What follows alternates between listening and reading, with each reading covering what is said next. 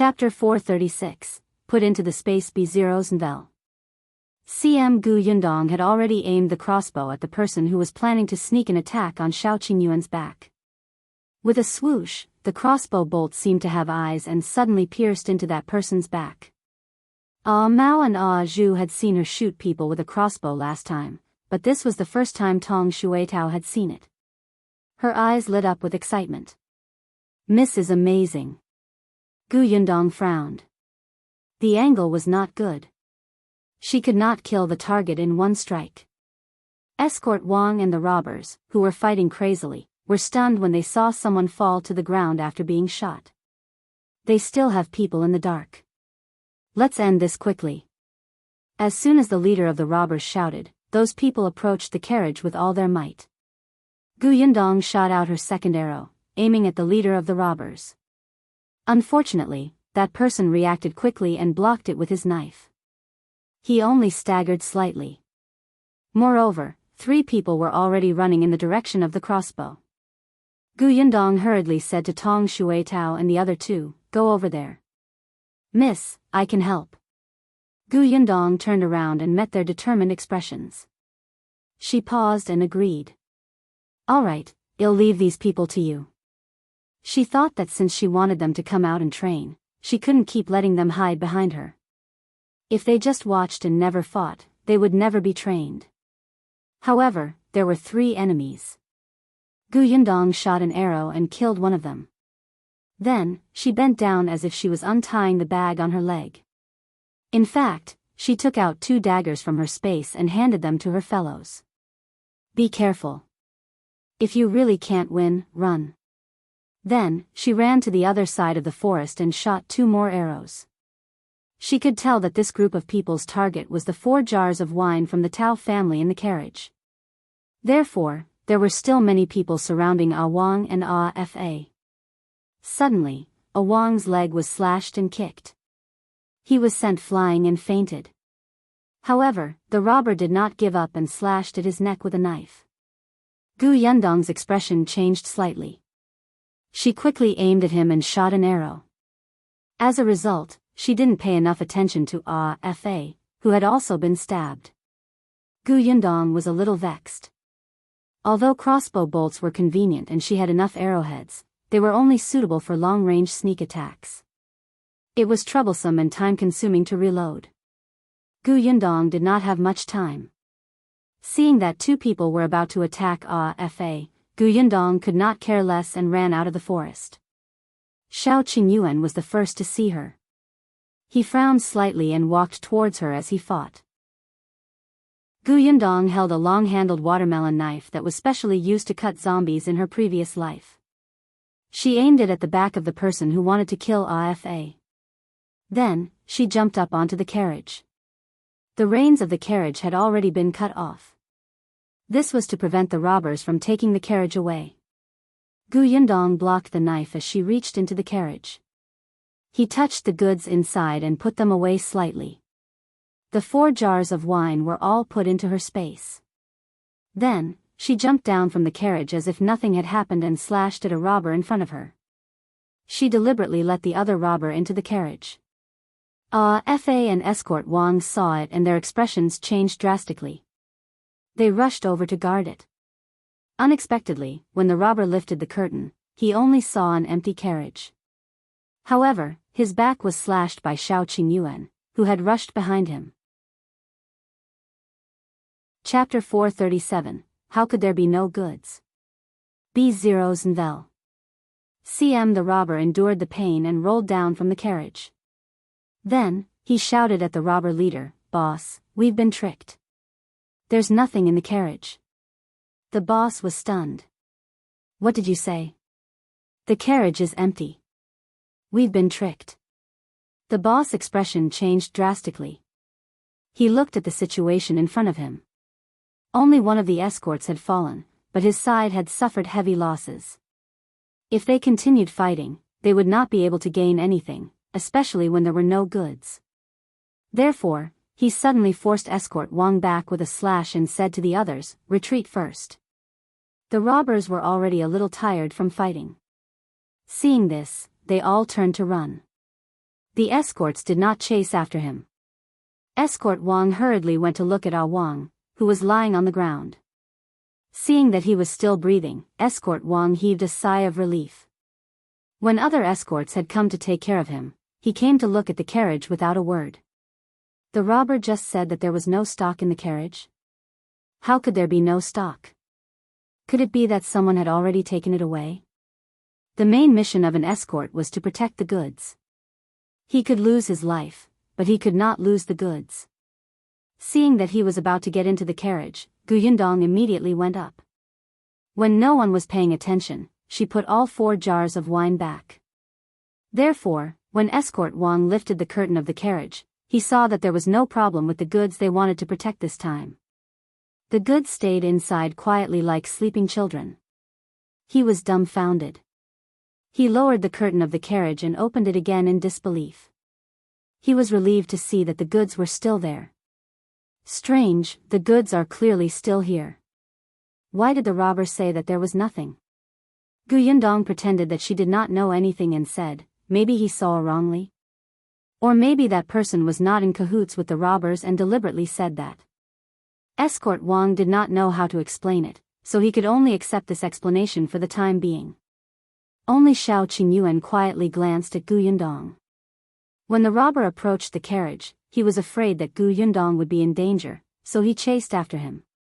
Therefore, when that person lifted the curtain to take a look, he knew very well if there was anything inside.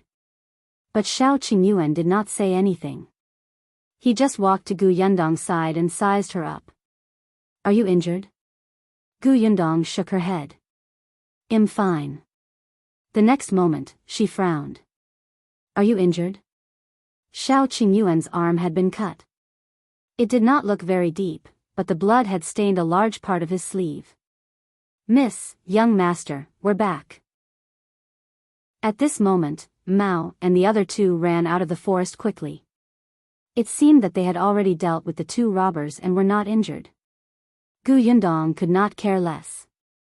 She quickly went to her carriage to take down the medical kit that she had prepared. Then, she cut the fabric on Shao Qingyuan's arm with a pair of scissors and washed his wound. After disinfecting it with alcohol, she carefully applied medicine and wrapped it in gauze. She wrapped the wound up like a dumpling, layer by layer, just like when his palm was scratched. Shao Qingyuan quietly let her move. He looked at her lowered eyes and smiled in satisfaction. However, this peace was soon broken. There was an escort calling Wang's name in a panic. The situation looked terrible. Yundong and Shao Qingyuan turned around and saw that Wang had already woken up. However, his face was pale as he spat out a few mouthfuls of blood. He was not the only one who was injured. All the escorts present were injured. Even Escort Wang was limping. Chapter 438, What Shao Qingyuan Did Be Zeros and Vel. CM Yundong hurriedly ran over to check on Wang. However, she was not a doctor. Although she had prepared a complete medical kit, it was obvious that Wang had suffered internal injuries. The escort agency had also prepared all kinds of medicine for injuries, but the medicine for internal injuries had been knocked to the ground in the fight just now. At this moment, they had all been trampled. On the other hand, Shao Qingyuan went forward and looked at Wang carefully. Then, he turned around and got into the carriage. After a while, he took out a small porcelain bottle and handed it to Escort Wang. This is a pill I made myself. It's for internal injuries. If you trust me, you can give it a try. You made your own pills?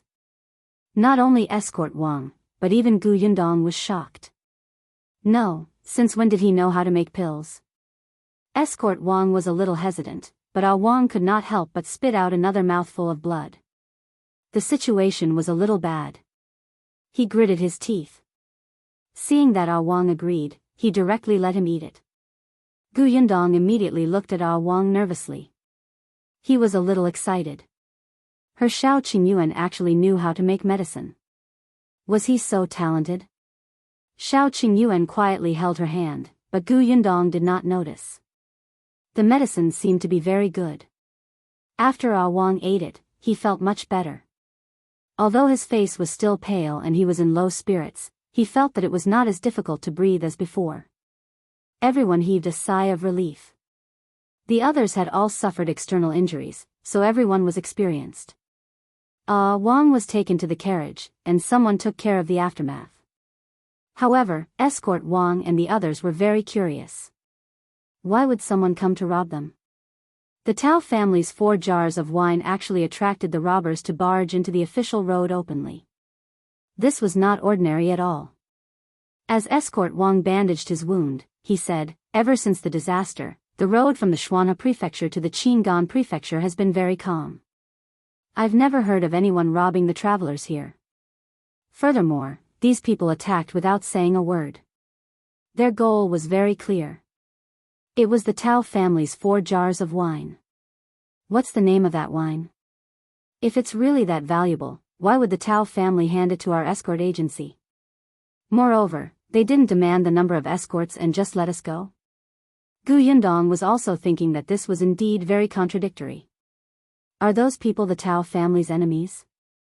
Perhaps the valuable things that the Tao family really wanted to give were not here. Was handing them over to the escort agency just a smokescreen? There was no problem with the wine. The 4 jars of wine were personally loaded into the carriage by the escorts after they examined them. Tao Feng had been to the bodyguard agency before, but he had never had the chance to come into contact with alcohol. Escort Wang also had a headache. "Forget it. This has nothing to do with us. We just have to deliver the goods as soon as possible. We won't rest tonight. We'll travel through the night." As he spoke, he looked at Yundong, who had no objections. Everyone quickly tidied up the things. There was no more porridge to eat. Yundong felt that it was a pity. She could only take out her stock, including dried meat, fruits, and steamed buns. Everyone would eat them to fill their stomachs. The carriage sped up, but Yundong was in the carriage and looked at Shao Qingyuan curiously. "What is it? When did you make that medicine? I've never heard of you studying medicine." This person knew how to hunt, practiced martial arts, and could read. He was already a rarely capable person in Yongfu village. Moreover, he had worked hard to make these. Yundong had always known that he was very good, but she had never heard of him dabbling in pharmaceuticals. Chapter 439, Hugging Again B0s and Vel. CM Shao Qingyuan smiled. "I've never learned it." "Huh?" A question mark slowly appeared in Yundong's mind. "Do you still remember the medical book you gave me?" He was referring to the medical book that Yundong had copied from Song Dajiang. At that time, Yundong had given it to him so that he could read it and remember the herbs inside. If he saw the herbs in the mountains in the future, he would not miss them.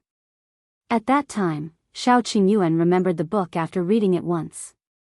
It made Yundong feel defeated. After that, the book was left with him. In addition to the medicinal ingredients recorded in the book, there were also a few common formulas written at the end. I tried according to the words written on it and happened to make such a medicine to treat internal injuries. Later, I fed this medicine to the wild rabbit. There was no problem, so I took it to an old doctor in the county. After the old doctor saw it, he bought 2 small bottles. Yundong's mouth was wide open in disbelief. Wait, he made it just because he saw the formula. Moreover, the old doctor even bought the pills from him? What's wrong? Shao Qingyuan held her hand. Yundong suddenly pounced on him and hugged his waist with a happy smile on her face. Shao Qingyuan was stunned. Then, he wrapped his arms around her waist and pressed her tightly into his arms. His voice was low. "Are you happy?" "Of course I'm happy. I'll ask Dr. Song later and get him to find some other medical books for you to read. I didn't know that your talent was here." Shao Qingyuan lowered his eyes slightly and looked at the top of her head with burning eyes. He did not know if he was talented or not.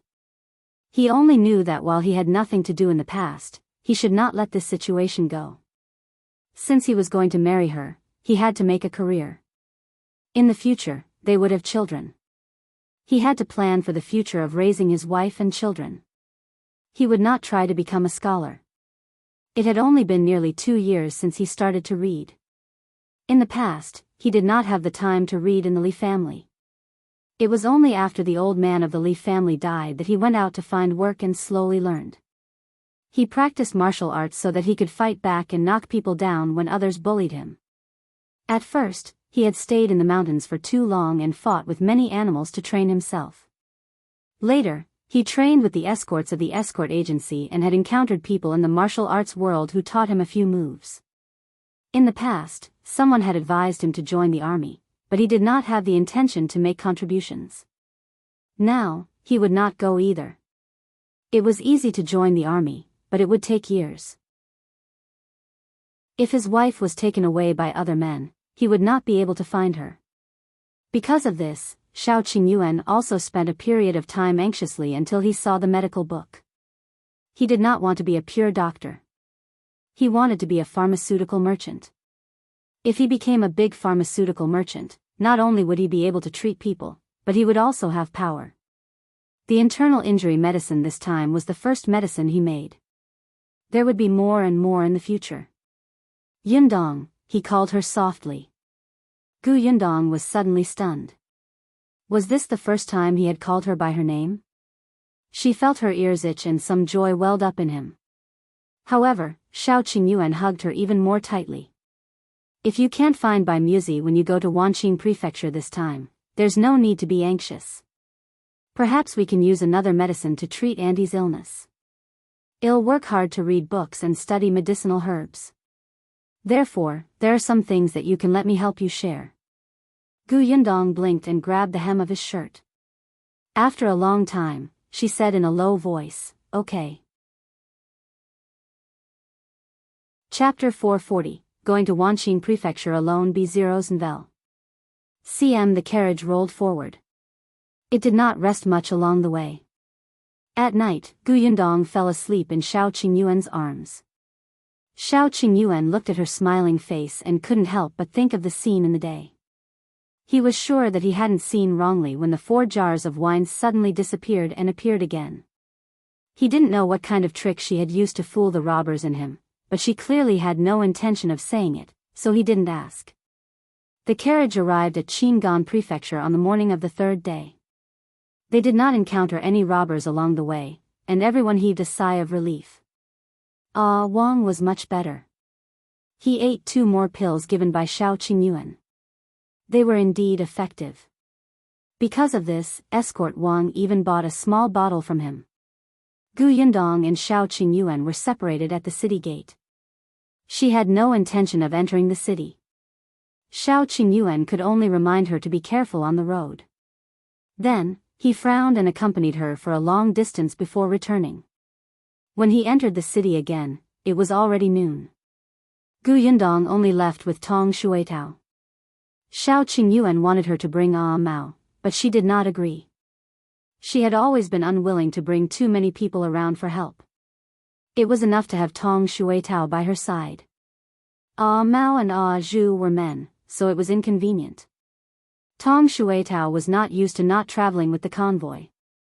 She drove the carriage and let her lady rest in the carriage. She was a little nervous and excited. Wanqing Prefecture was relatively close to Qingyuan Prefecture. They rushed and arrived at the city gate in more than 10 days. When they arrived, it was already evening. The carriage barely entered the city before the city gate closed. Even though it was already this hour, Wanqing Prefecture was still very lively.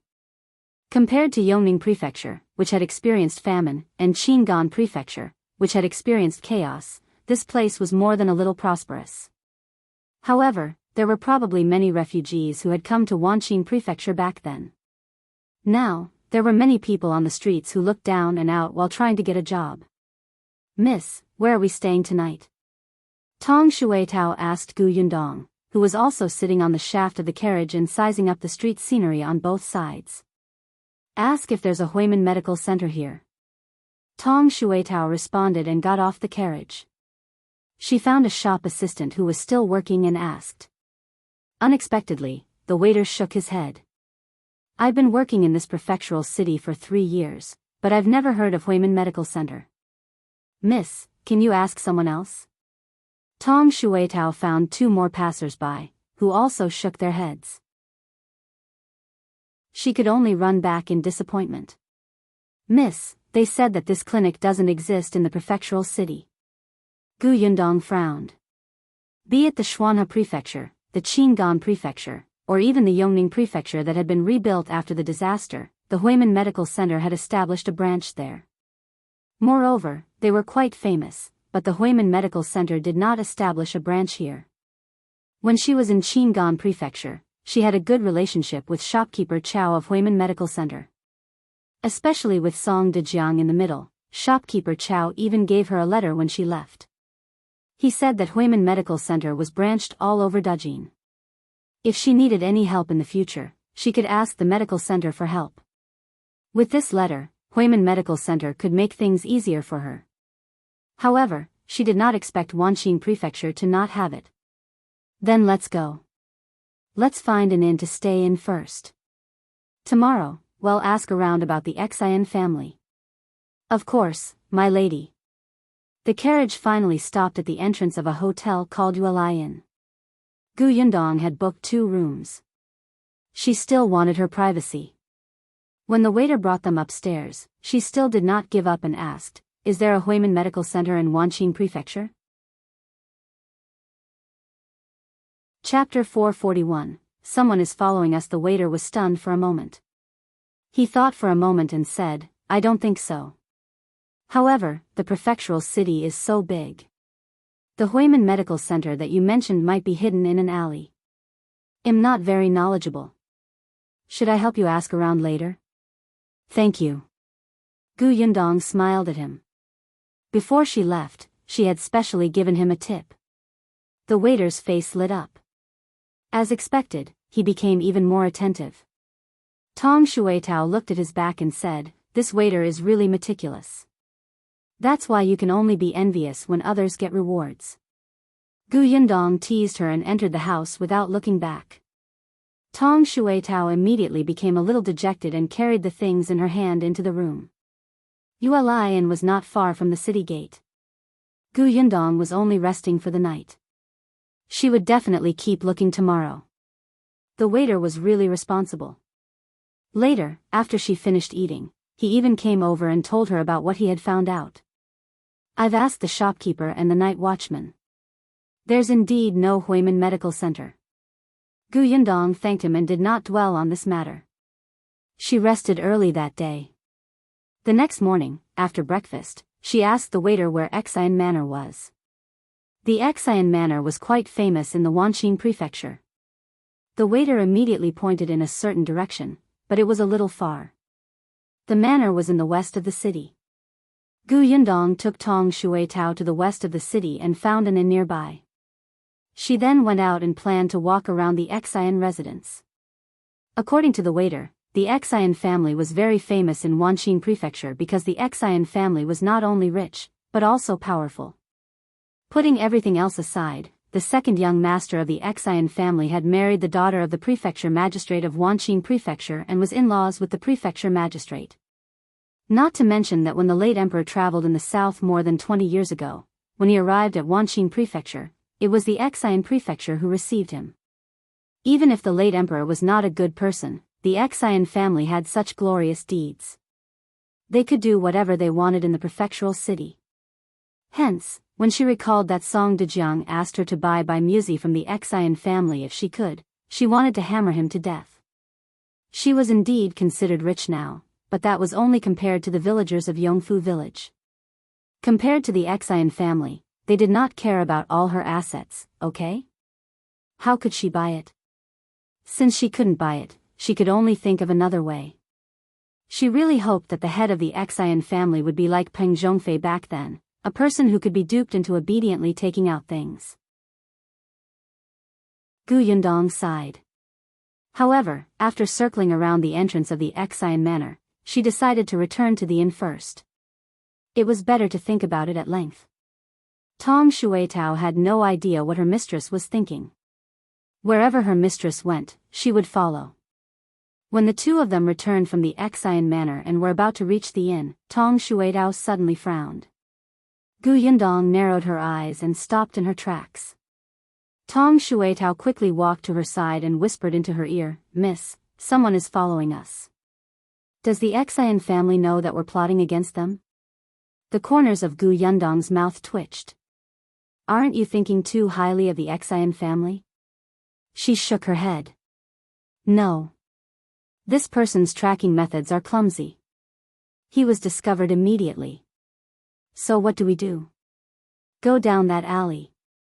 Gu Yundong gestured and glanced to the left. Tong Shuitao nodded, and the two of them continued forward as if nothing had happened. When they reached the alley and entered, they turned around and waited for the other party to arrive. As expected, there were no surprises at all. The people behind followed closely into the alley. Chapter 442, What did you say? My father unexpectedly, when he looked up, the man saw Gu Yundong and Tong Shuitao's sneering expressions and Tong Shuitao's provocative look. But in the next moment, Gu Yundong's expression disappeared. Tong Shuitao was also stunned. This was because the other party was an old man with patches all over his clothes. He looked down and out. In fact, Gu Yundong felt that this person looked familiar, but she could not remember. The old man was also stunned. He hesitated for a while before asking in a hoarse voice, "Are you Miss Gu?" He did not dare to recognize her. After all, she looked well-dressed and rich. She did not look like someone he knew at all. "My surname is Gu, and you are," Gu Yundong thought for a moment, and someone suddenly flashed across her mind. She widened her eyes and asked, "Are you Grandpa Yu?" Joy flashed across the other party's face. "You're really Yundong?" "Yes, it's me." Gu Yundong really did not expect that the old man she had met outside the Qingyuan Prefecture would bump into her again. She took a few steps forward and walked to Grandpa Yu's side. "I didn't expect to see you again. How have you been recently?" Great, I'm fine." Just as he finished speaking, there was a gurgling sound in his stomach. Grandpa Yu immediately felt embarrassed. "I had some porridge in the morning. I went out for a walk and it was gone. There's a wonton shop over there. Let's go eat a bowl of wontons." No need. I'll just go home and eat." Gu Yundong had already helped him over. "It's been more than half a year since we last met. I'll catch up with you. I also want to try the wontons here." Grandpa Yu did not say anything else. He knew that she had always been kind. Before she left last time, she gave them a basket of food, which allowed the family to make it to Wanqing Prefecture. At the wonton stall, Gu Yundong ordered 3 bowls of wontons. Grandpa Yu was indeed hungry. When he saw the white and fat wonton floating in the bowl, he couldn't help but wipe his face and lower his head to eat. Gu Yundong waited for him to finish eating before asking, "Grandpa Yu, how did you recognize me? Wasn't her image too different from before? Why was Grandpa Yu's eyes so sharp?" Grandpa Yu wiped his mouth and couldn't help but laugh. "I've been squatting over there, looking for a job. When I heard the two of you talking, I felt that it sounded very familiar, so I couldn't help but follow behind. Actually, I didn't expect it to really be you. I was just asking when you discovered me." I didn't expect, as he spoke, he could not help but sigh. Then, he looked up and asked, "By the way, where are you staying now?" "I'm at the Xuanhe Prefecture." Grandpa Yu was stunned. "Xuanhe Prefecture? You went to the Xuanhe Prefecture back then?" "Yes." Gu Yundong nodded. "I originally planned to come here." She lied. In fact, her goal was the Xuanhe Prefecture from the beginning. She just did not tell anyone. "But at that time, I saw too many people coming to Wanqing Prefecture. I thought that with so many people running over, what if it became chaotic again? So I went to Xuanhe Prefecture." "I see." Grandpa Yu muttered in a daze, No wonder we couldn't catch up to you when we sped up. No wonder your father couldn't find you no matter how hard he searched." Gu Yundong stopped wiping the corners of her mouth and suddenly looked up at him in disbelief. Grandpa Yu, what did you say? My father? Chapter 443. So Gu Dajiang is here. Grandpa Yu was shocked by her sudden raised voice. Gu Yundong could not help but stand up. I didn't hear wrongly. Did you just say my father? Have you seen my father? Seeing this, Grandpa Yu nodded. Yes, your father is in Wanqing Prefecture and has been looking for you. Gu Yundong's breathing suddenly quickened. The surprise caught her off guard, and her hands began to tremble slightly. She hurriedly asked, then where is he now? Where is my father now? Can you take me to him? He went out yesterday and hasn't returned yet. After Grandpa Yu finished speaking, he saw her frown and looked disappointed. He hurriedly added, but you don't have to worry. Your father usually comes back every 2 to 3 days. He heard that there was news of you yesterday and left in a hurry. I didn't have time to ask him where he was going. If he doesn't find you, he will still come back. He lives in the same courtyard as us. You'll see him in a day or 2. Gu Yundong heaved a sigh of relief and sat back down. The joy on her face was still on. Tong Shuetao, who was beside her, was also extremely excited. Unexpectedly, after they had just arrived at Wanqing Prefecture, while they were at a loss as to how to buy Musi, the heavens gave them such a huge surprise. Great, there was finally news of Old Master. Gu Yundong calmed down a little and asked the owner of the wonton shop to pour 2 cups of tea. She then spoke again, Grandpa Yu, can you tell me about my father? How did you meet him? How is he now? Your father has really suffered a lot to find you. After receiving the help of Gu Yundong's basket of food, the 3 of them decided to come to Wanqing Prefecture. Initially, Gu Yundong's family had set off less than half an hour earlier than them. They had thought that they could catch up to her if they were fast. They could travel together so that they could take care of each other. Unexpectedly, they never met again, but that was normal. At that time, there were too many people coming this way. It was crowded and they were all in a hurry to travel. It was indeed not easy to meet again.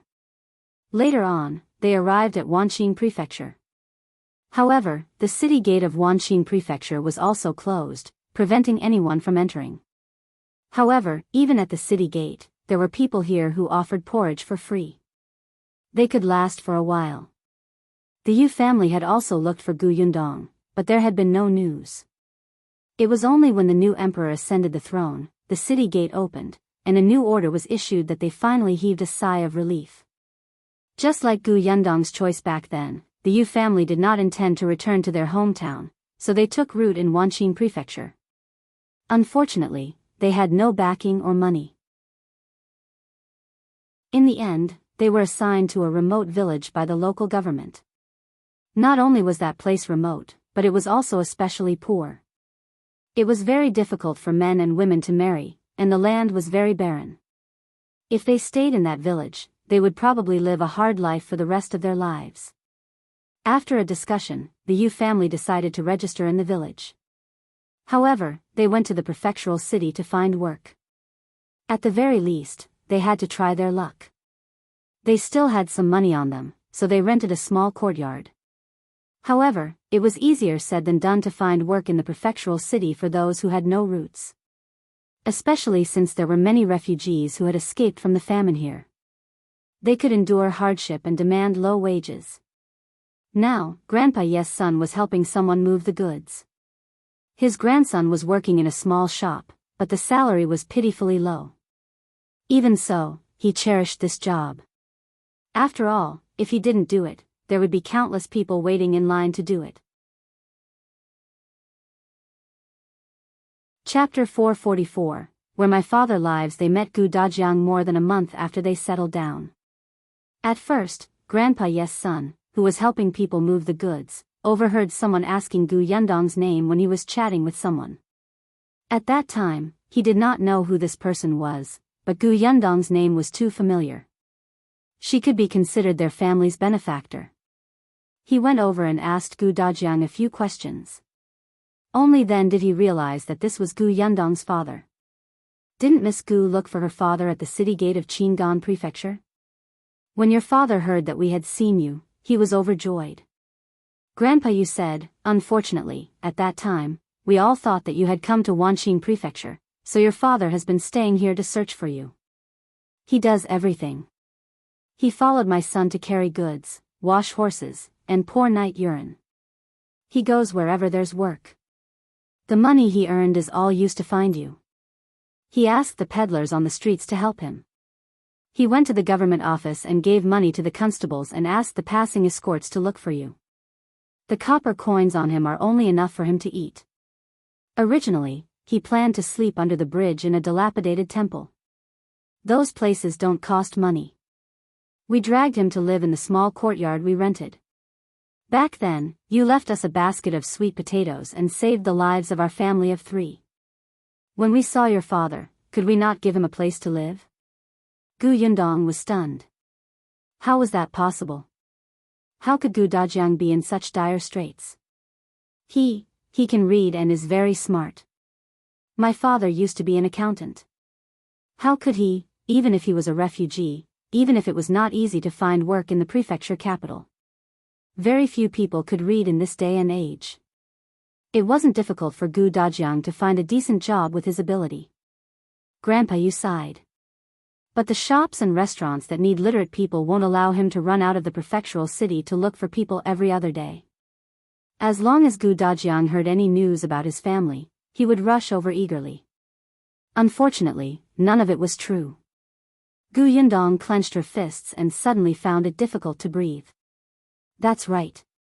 She had taken it for granted.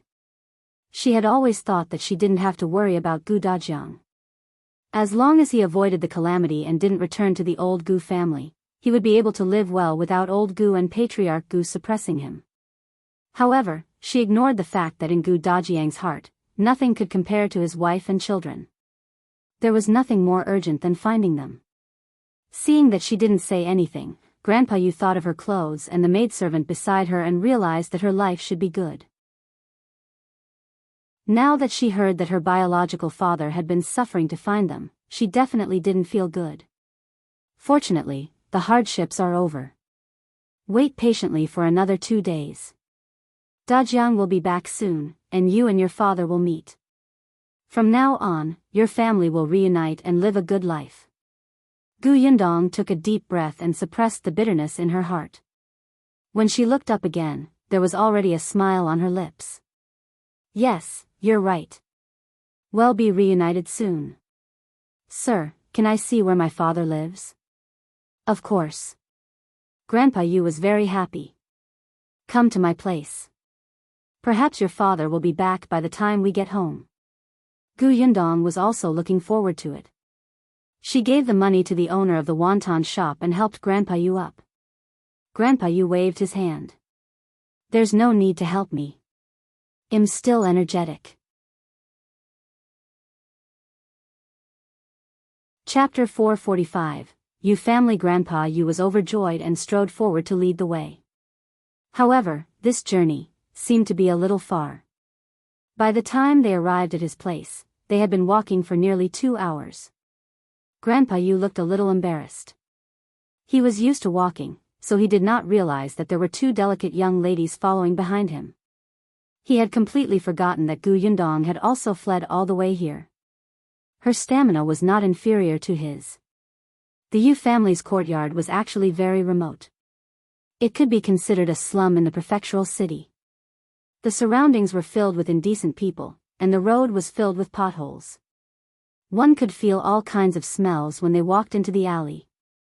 The people here were dressed in shabby clothes. When they saw Gu Yundong, who looked like a young lady from a wealthy family, everyone glanced at them. However, when they saw that it was the Yu family, some people with ill intentions could only sigh regretfully. After all, the 4 strong men of the Yu family had all fled here. They were used to seeing dead people and were not to be trifled with. Gu Yundong and Tong Shuetao pretended not to see those gazes and entered the Yu family's courtyard without looking sideways. It was really a small courtyard. It was even smaller than Aunt Kes' house where she lived back then. There was only one room. Then there was the small kitchen, the outhouse, and a small courtyard. Just because it was small, the rent was cheap. Fortunately, there were only 4 men. It was fine to squeeze in the same room. In the past, the conditions were even worse when they escaped. Now, it was just a matter of adding 2 bed planks to the room. Grandpa Yu let them sit and poured water for them with 2 thick clay bowls. Then, he asked, Yundong, since you've settled down in the Shuana Prefecture, why did you come to Wanqing Prefecture this time? Gu Yundong took a sip of water. Although he did not add anything, it was still very refreshing and sweet. Grandpa Yu, you know about my mother's condition. We found a doctor to treat her. The doctor said that he was lacking an herb. Someone said that Wanqing Prefecture's Xian family had this herb, so I came over to see if they could part with it. When Grandpa Yu heard about the Xian family, he frowned. The Xian family is rich and powerful. They're not to be trifled with. They don't lack money. It's difficult to get them to give you medicine. It was difficult, but she had to try no matter how difficult it was. Grandpa Yu, do you know who has the highest status in the Xian family? Grandpa Yu thought for a moment. It should be that second young master. I heard that second young master married the daughter of the prefecture magistrate. That eldest young master is not in good health. He never goes out. When old Master Xian goes out, he always brings that second young master along. It seems that more than half of the Xian family's businesses are managed by second young master. Gu Yundong pursed his lips. How can I meet that second young master? Grandpa Yu was shocked. That's hard to say. You want to meet second young master Xian? Ask him for the herb. It was probably impossible to buy it. Gu Yundong wanted to understand the second young master first and see if she could find a breakthrough from him. As she was thinking, a voice suddenly came from outside. Father, I'm back. That person's voice was loud and clear, but he was very thin. When he entered, he was stunned when he saw the 2 girls in the house. He immediately walked out in embarrassment and patted the dust off his body before entering again. Father, this is Yundong. Don't you recognize her?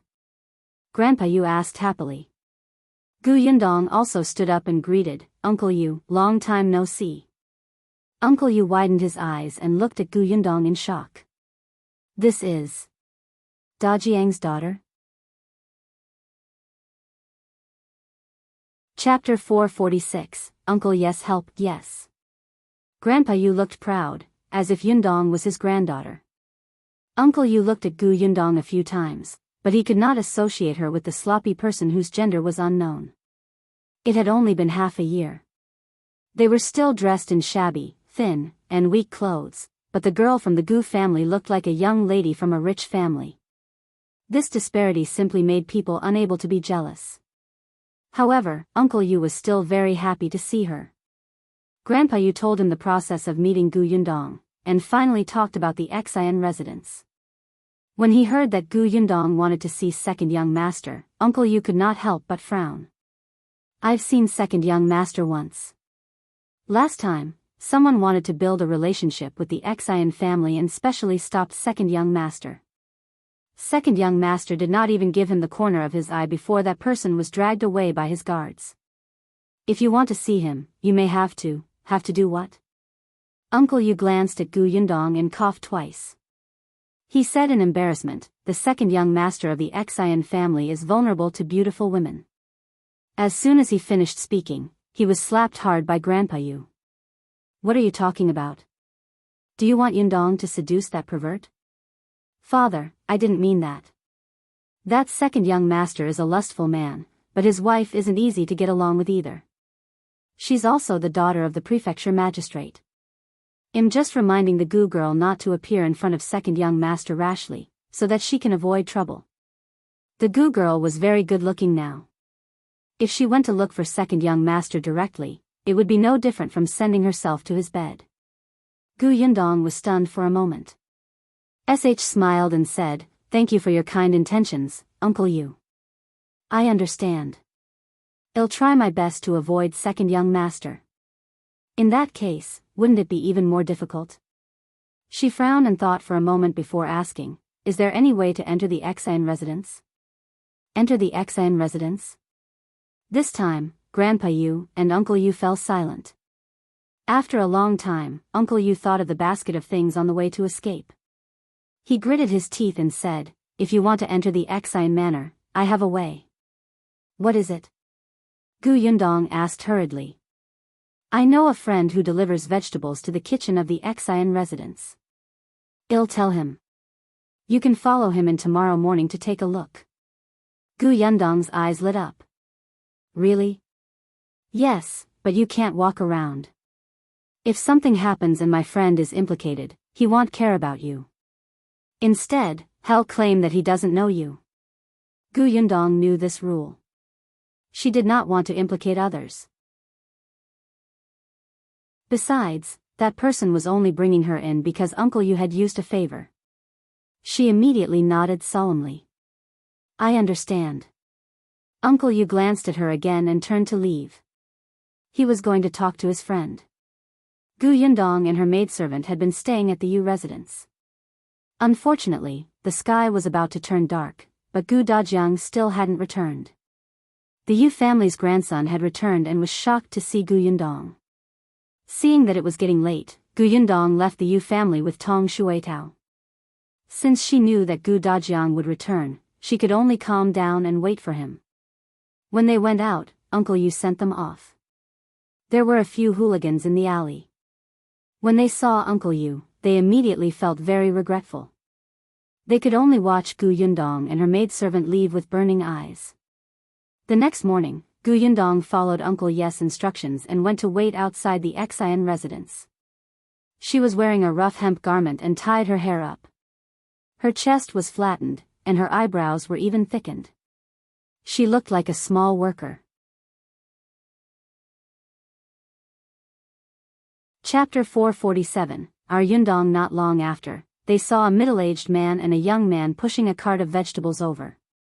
Gu Yundong hurriedly went forward. After she introduced herself, the middle-aged man silently led her forward.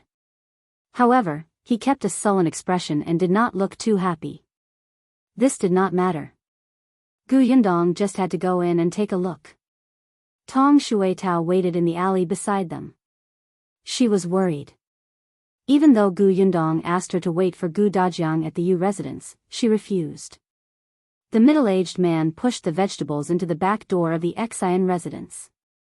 When he saw the butler, he immediately put on a smile and praised him. Gu Yundong did not comment on this. It was just for the sake of living. There was still a distance from the backyard to the kitchen. Although Gu Yundong's head was lowered, the corners of his eyes kept drifting around. The Xian manor was indeed as rich and powerful as the rumors said. Not to mention the maids and servants who came and went, even the corridor they saw along the way, be it the workmanship or the carving, was very exquisite. Coupled with the trays held by the maidservant who walked past her, there were either jade bowls or jade plates on them. It was simply extravagant. Compared to them, she was simply worlds apart. She was not even qualified to be looked at. Gu Yundong's heart ached. Suddenly, Gu Yundong's ears pricked up when he heard the low voices of two maids. That person is really pitiful. He was tortured by second young madam and beaten up by second young master. Who asked him to recognize the wrong person? Sigh, poor thing. Cough, cough. The butler who was leading the way suddenly coughed heavily. The two maids were shocked and immediately shut their mouths. They lowered their heads and quickly walked away. Gu Yundong lowered her head and pretended not to hear her. Not long after, the few of them walked into the kitchen. The butler was very arrogant. He ordered Gu Yundong to move baskets of vegetables down. Put it here. Hey, be gentle. You're so clumsy. You can't even do a good job. Why are these vegetables so disheveled? They're all over the place. The chef will nag again later. Place these vegetables in order. Why are you casually placing this basket here? There are people coming and going. What if they trip? If they're holding something master wants in their hands and trip themselves over, you won't be able to compensate. Gu Yundong was speechless. She endured it. However, no matter how much she wanted to endure it, she did not even have the chance to leave the kitchen. It was really annoying. However, the worker who came with the middle-aged man thought that she was here to snatch work from him. He had disliked her since they first met, and now, he was even going against her. Gu Yundong felt that it was a mistake to follow the delivery man.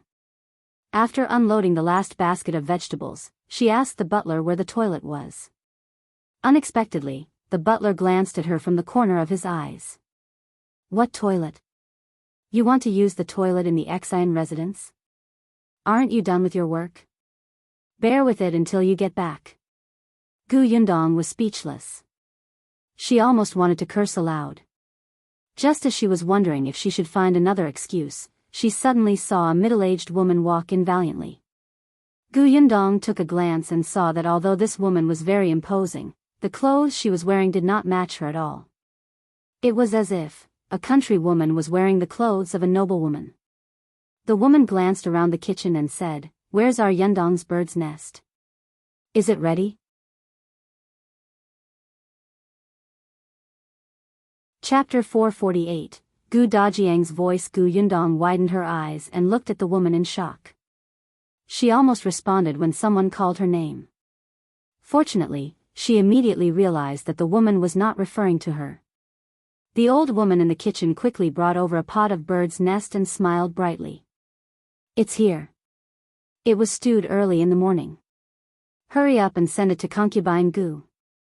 Gu Yundong was speechless. She almost spat out a mouthful of blood. Her surname was Gu, and her name was also Yundong.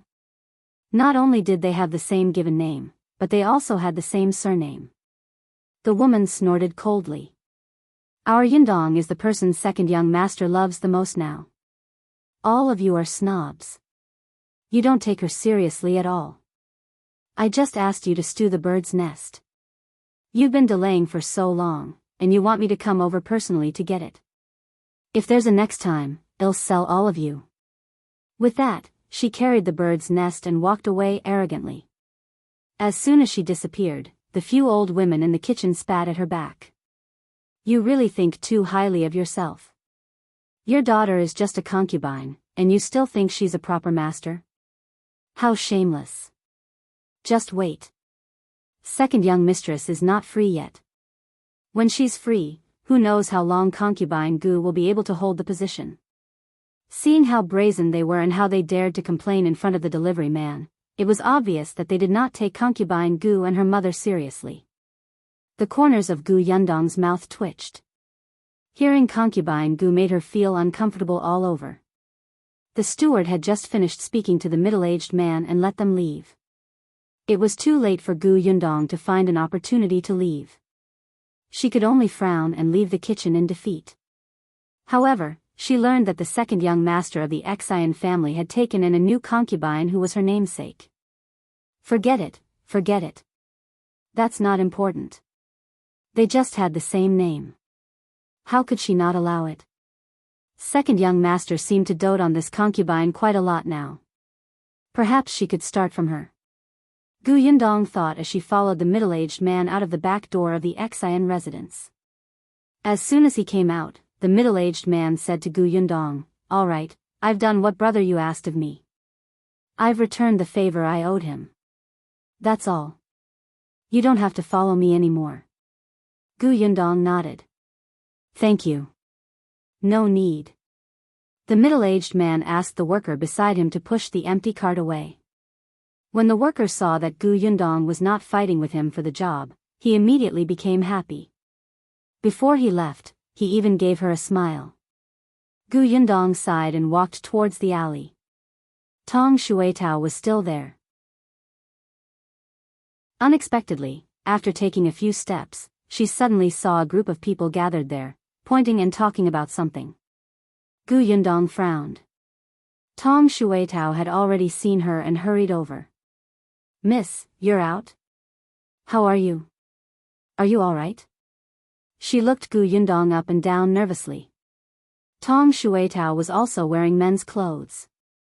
After all, she had wanted to follow them in at the beginning. Unfortunately, her plan had failed before she could say it. Gu Yundong shook her head and pointed at the crowd. What happened there? I think someone was thrown out by the servants of the Xie family just now. It said that he was beaten. It's quite serious. Gu Yundong suddenly recalled what the two maids had said. He must have been beaten up by the second young master of the Xie family, right? She had no intention of meddling in other people's business. She brought Tong Xuetao and walked straight through the crowd. However, just as she passed by that person, a faint voice suddenly sounded in her ear. Yundong. Chapter 449. Finally meeting Gu Dajiang. Gu Yundong's ears were sharp. When she heard these two words, her body stiffened. She suddenly turned her head to look at the person lying on the ground. With someone blocking her way, she immediately pulled that person away roughly. Then, she squatted down and brushed away the hair that covered half of that person's face. In the next moment, when she saw the true appearance of the man on the ground, her hands began to tremble violently. Miss, what's wrong? Tong Xuetao saw that something was wrong with her and hurriedly asked in a low voice. Gu Yundong's throat was tight and she could not even make a sound. She suddenly grabbed her trembling right wrist and pressed it against the man's neck with great difficulty. She felt that the pulse under her fingers was still strong. Only then did she force herself to calm down. She struggled to help the man up. The onlookers quickly advised, "Little brother, this is someone thrown out by the Xie family. Don't be a busybody, lest you get into trouble." Gu Yundong suddenly raised her head and glared fiercely at that person. Her throat rolled and she finally spat out a cold word. Scram. You, that person tried to persuade her out of goodwill but was scolded instead. He was instantly annoyed, but when he saw Gu Yundong's fierce and cold expression, he was a little terrified and left dejectedly with his head lowered. Gu Yundong lowered her head again and said to Tong Xuetao, "Come, be careful. Carry him back to the inn first." "Oh, okay, Mississippi." Tong Xuetao was strong. She hurriedly squatted down and carefully helped the man onto her back. She did not dare to use too much strength. She tried her best to bend over to make the unconscious person on her back feel more comfortable. After walking for a while, Tong Xuetao asked, "Miss, who is this?" Gu Yundong's nerves were still tense. The corners of her mouth were tightly pursed, and bloodlust surged in her eyes. She took a long time to answer Tong Xuetao, but her voice was dry and hoarse. "He's my father." Tong Xuetao's eyes widened in shock. Yes, it's old master." Yes. Gu Yundong never expected to see Gu Dajiang under such circumstances. The man leaning on Tong Xuetao's back was extremely thin. His image was even worse than what Grandpa Yu had said about Gu Dajiang. He had been thrown out by the Xie family and beaten up like this. Gu Yundong's face was ashen, and she clenched her fists tightly. The three of them quickly arrived at the inn. The waiter still remembered Gu Yundong's attire before she went out today. At that time, he found it strange, but this was the guest's privacy, so he did not ask further. However, he had a deep impression of it. Hence, when he saw her return with an unconscious person on her back, he quickly went up to her. "Miss, what's wrong? Please help me find a doctor." Gu Yundong gave the waiter a piece of silver and helped Gu Dajiang upstairs. The door opened and the two of them carefully placed the man on the bed. Perhaps because it affected his wound, Gu Dajiang couldn't help but groan as he lay on the bed. His brows were furrowed. "Be gentle," Gu Yundong said hurriedly. Seeing his uncomfortable expression, she felt helpless for the first time. She didn't know how to move her fingers to minimize Gu Dajiang's pain. Fortunately, the waiter immediately brought the doctor over. This was the doctor from the nearest medical center. His medical skills were quite brilliant. The moment he entered, he saw Gu Dajiang covered in blood. He frowned and instructed Gu Yundong, "Go get a basin of hot water first." Chapter 450. The scarred Gu Dajiang Tong Shuetao quickly turned around to get hot water. Only then did Dr. Yu carefully check the wounds on Gu Dajiang's body. His clothes had been removed by the scissors, so Gu Yundong could not look at him anymore. She took a deep breath and turned around. The waiter stayed to help. As he followed the doctor's instructions, he whispered, "Oh my God, why is he like this? It's so bloody. Will he be unable to move his lower body in the future? Oh my God, why is there such a big wound on his shoulder? Is it because he was scalded? It's all blistered. No, who did this? This is too inhumane. Did his finger break from someone stepping on it?" Gu Yundong's back was facing the bed. The more she listened, the uglier her expression became. The veins on the back of her hand throbbed, and her eyes were cold. Dr. Yu could not help but reprimand him. "Shut up. What are you shouting for? Give me the scissors." The waiter didn't dare to speak. He didn't know who the person on the bed was, but it didn't seem to have much to do with that girl, right? After all, this person was thin and had a rough face. He looked like one of those laborers. There was no telling who this guy had offended, but he was probably saved by Miss Gu out of kindness. Tong Shuetao brought hot water over. Seeing that Miss' expression was not right, she quickly helped her sit down and said softly, "Miss, don't worry. Old master will be fine." Gu Yundong closed his eyes slightly. "I know." Faint movements came from behind. The waiter stopped making a fuss and only asked some questions occasionally. But these words still reached Gu Yundong's ears, and her fingers tightened. After a long time, he heard Dr. Yes' voice. "Mississippi." He had heard the waiter call her Mississippi. "This patient's injuries are a little serious. I'll treat him for the time being, but the medicine to be used later is probably not cheap. You, here." Gu Yundong took out a banknote. "Give him the best medicine to minimize his pain. Don't leave any future troubles. If you need anything, just tell me." Sure." Seeing that she did not look very well dressed, Dr. Yu was a little worried before. When he saw that she had taken out 100 taels of silver, he hurriedly agreed. The waiter could not help but widen his eyes. Wasn't this someone she had casually saved on the way? Wasn't this too generous? The doctor had already walked to the table. He took a brush and paper and wrote down the prescription. Then, he handed it to the waiter. "Please make a trip to our family's medical center to get these medicine." The waiter quickly took it and agreed happily. He was smart and knew that this girl seemed to value the man on the bed. If he helped her run more errands, he would definitely be rewarded. After the waiter left, Dr. Yu washed his hands and walked to her side to tell her about Gu Dajiang's condition. There are 3 most serious injuries on the patient's body. One of them is a burn on his shoulder. It should have been scalded by boiling water. This is fine. I've squeezed out the mucus in the bubble. I'll apply the ointment later and it'll be fine when new skin grows in the future. Gu Yundong exhaled slowly and nodded slightly. The second was when he was hit by a heavy object on the fingers of his left hand. 2 of the bones in his fingers were broken. As soon as Dr. Yu finished speaking, Tong Shuetao covered her mouth and gasped. Dr. Yu looked up at her and continued to say to Gu Yundong, who had a tense expression, "I'll use a splint to fixate the fingers. He has to recuperate slowly. It's best not to carry heavy objects in the future." Chapter 451, Missed Something. The third injury is the injury on his back. Dr. Yu sighed. This is the most serious. The person who hit him is not skilled. His external injuries are serious, and his internal injuries are not easy either. Internal injuries? Gu Yundong immediately thought of the bottle of internal injuries medicine that Shao Qingyuan had given her. She quickly searched her sleeve and actually took out the small porcelain bottle from her space. She said to Dr. Yu, "This is medicine for internal injuries.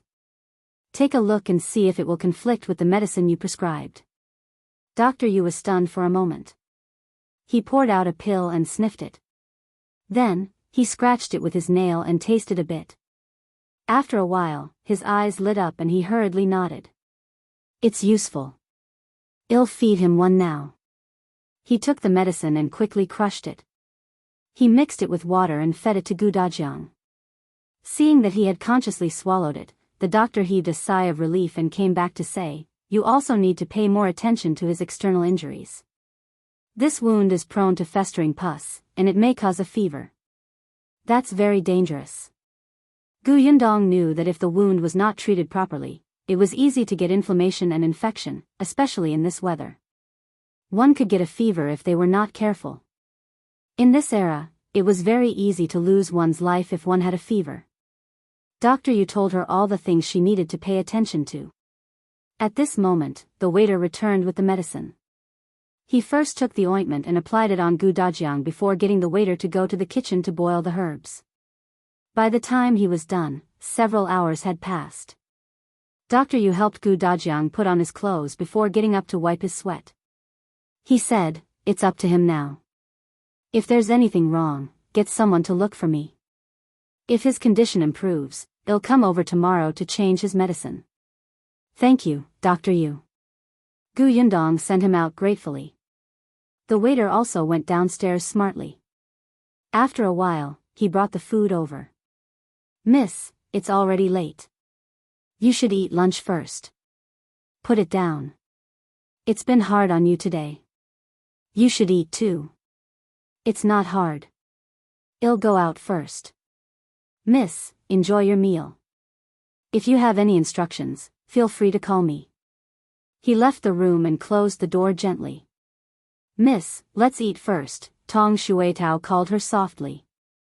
It was rare for her to speak softly, because Miss seemed to be in a bad mood, and Master's condition was not optimistic. Yundong was not in the mood to eat. She let Tong Shuetao eat first, but she walked to the bed and sat there looking at the unconscious Dajiang. She suppressed the anger in her heart and slowly closed her eyes. After a long time, she looked at the person on the bed again. Dajiang was very thin. He had originally been very thin, but he wasn't as haggard as he was now. He looked like he had aged a few years. She thought that she was different from Dajiang. In her heart, Dajiang was only someone who existed in her memories. If not for Madame Yang and the others, she would not have cared about his life at all. To her, Dajiang was just a familiar stranger. Later on, after spending time with her mother, Yunshu, and Yunka, Yundong's heart gradually warmed. Dajiang's presence in her memory was so strong. Therefore, in her memories, Dajiang's image gradually became three-dimensional in her mind. He became flesh and blood and she had feelings for him. Perhaps it was because she remembered that Dajiang was too capable that she felt that even if he was alone, he would still lead a good life. At least, it would be much better than her bringing up her mother and siblings. He might even have already started a big business. However, she had overlooked the most important point.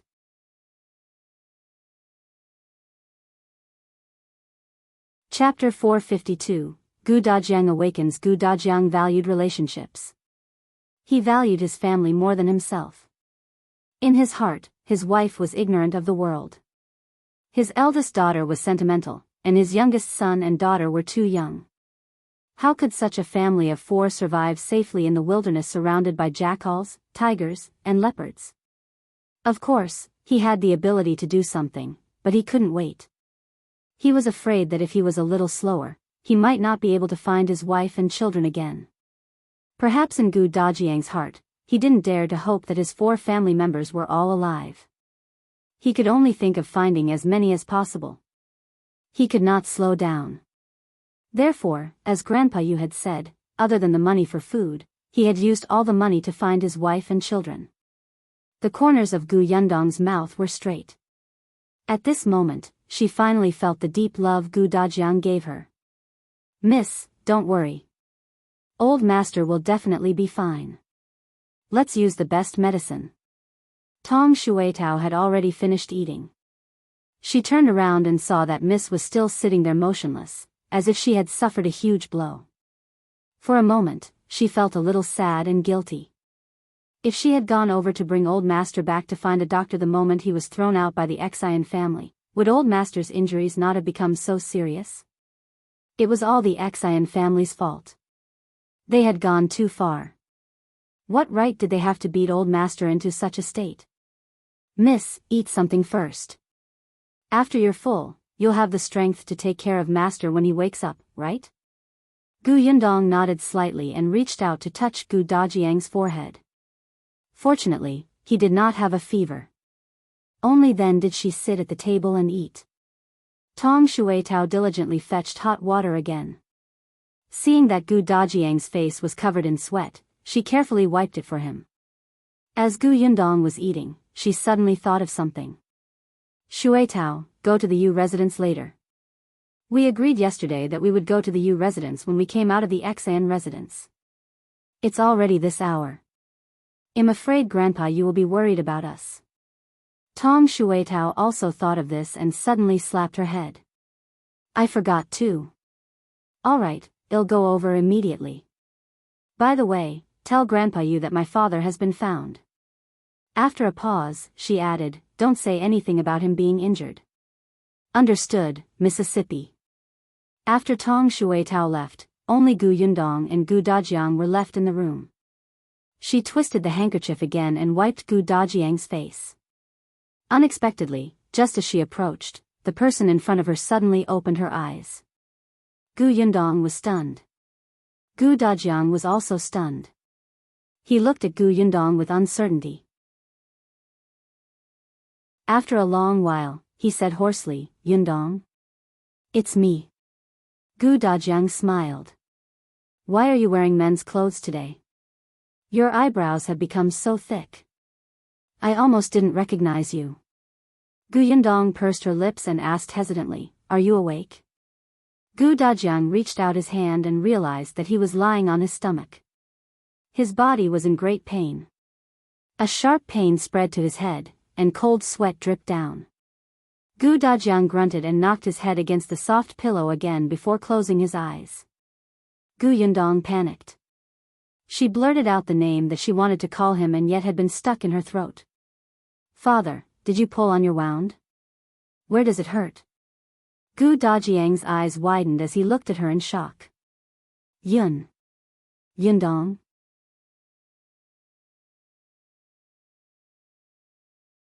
Chapter 453, Father and Daughter Reunion, It's me, Dad. Gu Dajiang gasped. I am not dreaming. As he spoke, he grabbed Gu Yundong's hand with great force. He stared at Gu Yundong, afraid that he would blink and the person in front of him would suddenly disappear again. Gu Yundong slowly squatted down and let him hold her hand. He smiled and said, yes, you're not dreaming. Father, I'm in front of you. I'm fine. You found me. Gu Dajiang's eyes widened as he listened to her seriously. His lips trembled slightly, and his hand that was holding her trembled slightly too. Slowly, this trembling became more and more intense, just like the torrential emotions in his heart. Gu Yundong gently put her other hand on it and said gently, Father, do you hurt anywhere? You're injured. The doctor said that you can't move around. Gu Dajiang finally blinked, but his voice was hoarse. Yundong, is it really you? Yeah. It's really you? It's me. It's true. It's actually true. Dad. Gu Dajiang suddenly grinned. In the next moment, tears flowed out and slowly slid down his face to the pillow. Dad. I'm fine. I'm fine. I'm just happy. I'm happy. His voice was choked with emotion. After searching for so long, he was almost in despair. When the planks of the Xian family hit him and he was thrown out on his last breath, the only regret in his heart was that he could not find his wife and children. He did not know if they were still alive or if they were waiting for him in heaven. He did not expect his daughter to be by his side the moment he woke up. He was satisfied. His wounds didn't hurt at all. He was glad. Had never been so glad. Gu Yundong quickly wiped his tears with a handkerchief. The corners of her eyes could not help but tear up. Her eyes turned red. I'm happy too. Gu Dajiang grinned like a child. But in the next moment, he suddenly raised his head slightly and looked behind Gu Yundong. However, there was no one there. His hand could not help but tremble slightly. He wanted to speak, but he did not know how to. Gu Yundong quickly knew who he was looking for. She smiled and said, "Mother and Yunshu and Yinka are all fine." Gu Dajiang was stunned. His gaze landed on her again. Gu Yundong continued, "Back then, I saw that the Qingyuan Prefecture was in chaos.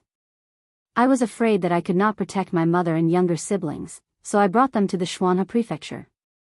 Now, they have settled down in Yongfu village under the Xuanhe Prefecture. They are all at home, waiting for us to return." After a pause, she said, "I'm sorry, father. I didn't fulfill my promise to you."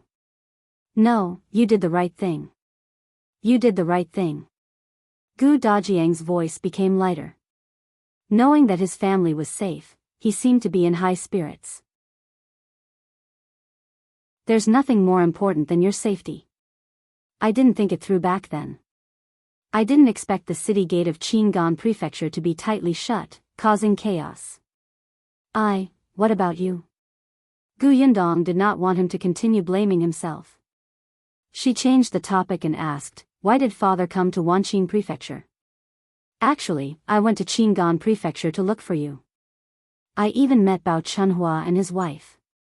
They said that they had seen you and saw you leave the city gate with their own eyes. Unfortunately, they didn't know where you went after you left. I even went." She paused and did not tell him that she had been to Gu village. She would take it slow. So many things had happened in Gu village. She had to tell her father, but she did not want to say it yet.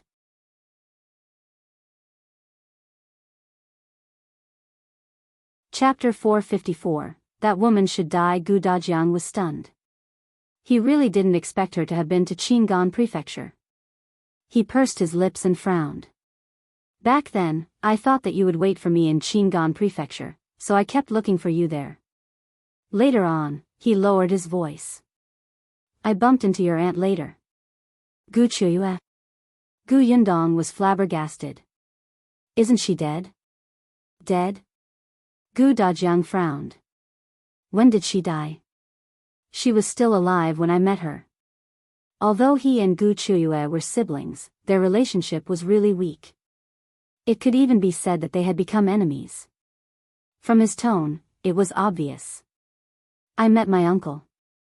He said so." However, this was not important. "What happened after you met my aunt?" "She said that you came to Wanqing Prefecture." Actually, I didn't believe her at first. However, Gu Dajiang later asked around. There were indeed a few people who told him that they had met such a family that had gone to Wanqing Prefecture before the Qingyuan Prefecture fell into chaos. That was why he came to Wanqing Prefecture. Later on, he met the Yu family. He didn't expect the Yu family to receive Yundong's help. Even the Yu family said that they were coming this way. That was why Gu Dajiang had been looking for them in Wanqing Prefecture for more than half a year. Gu Yundong sighed inwardly. It was really a freak combination of factors. They missed each other just like that. If she had gone to Wanqing Prefecture back then, wouldn't they have met sooner? However, Gu Qiyue was the one who deserved to die. Others might have really seen them moving this way, but Gu Qiyue knew very well back then. She had even asked Fu Ming to bring Master Qian to chase after them and wanted to sell her nephew and niece. Anger rose in Gu Yundong's heart. It would be best if Gu Qiyue was dead. If she was not, Gu Yundong would kill her. She snorted coldly. Seeing the fatigue flash across Gu Dajiang's face, she knew that she had said too much. She would talk about this slowly in the future. He was still injured and should be resting. She had neglected it. "Father, you're still injured. It's more important to recover first. Now that we're reunited, there's plenty of time to talk in the future. I still have many things to tell you." "Okay." He had found his wife and children, so he naturally had to live well. Recovering from his injuries was most important. He could not go back to see his wife and children like this. By the way, eat something first. I've been asking the waiter to prepare sweet porridge. Father, fill your stomach first. Then, drink the medicine prescribed by the doctor before you rest. As she spoke, she hurriedly opened the door and let the waiter bring the warm porridge over. Gu Dajiang looked at Gu Yundong's back and smiled. Gu Yundong fed him small bites. It was not easy for him to finish it. After drinking the medicine, he really wanted to sleep. She reached out and adjusted Gu Dajiang's pillow. His back was injured, so he could only lie on his stomach or sideways. He couldn't move too much, or it was easy to pull at his wound. Gu Dajiang was really tired and his body hurt a lot. He actually couldn't bear to close his eyes. He wanted to see his daughter more. However, he really couldn't take it anymore. As soon as he closed his eyes, he quickly fell asleep. Tong Shuitao only returned when the sky was about to turn dark. When she heard that Gu Dajiang had woken up, she immediately became happy. Miss, go and rest. I'll guard master. You keep watch for the first half of the night. I'll do it for the second. All right. Gu Yundong went to the room next door to rest, but she did not sleep well. She was always worried that something would happen to Gu Dajiang. Before midnight, she came over to replace Tong Shuitao. Fortunately, everything went smoothly. Gu Dajiang didn't have a fever, and his injuries were recovering.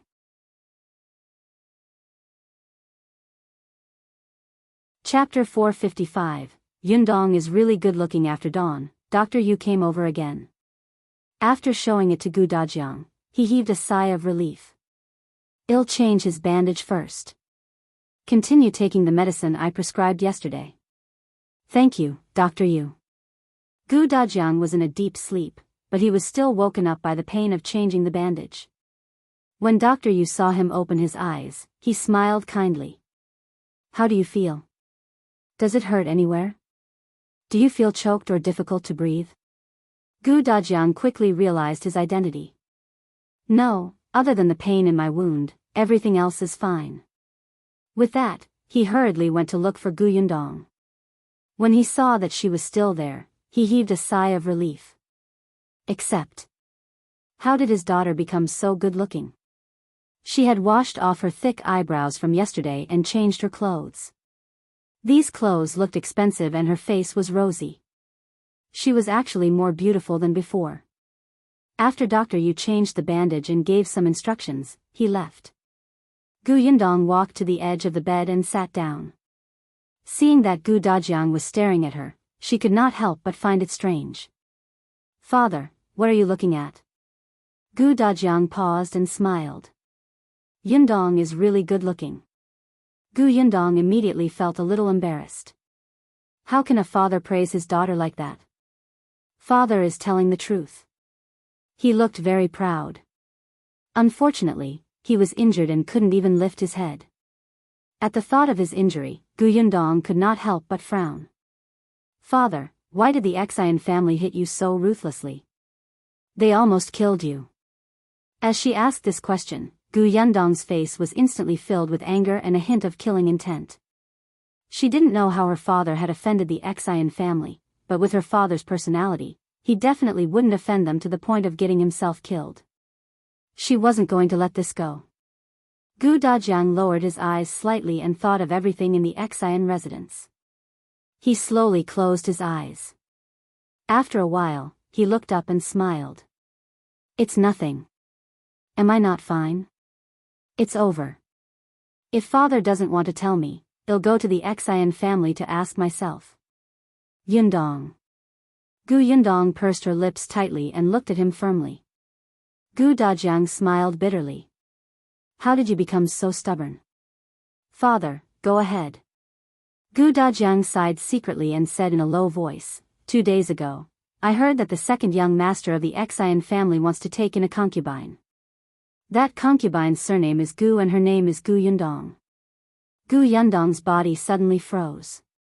The words of the woman she had heard when she had disguised herself and sneaked into the kitchen of the Xuyuan residence flashed across her mind.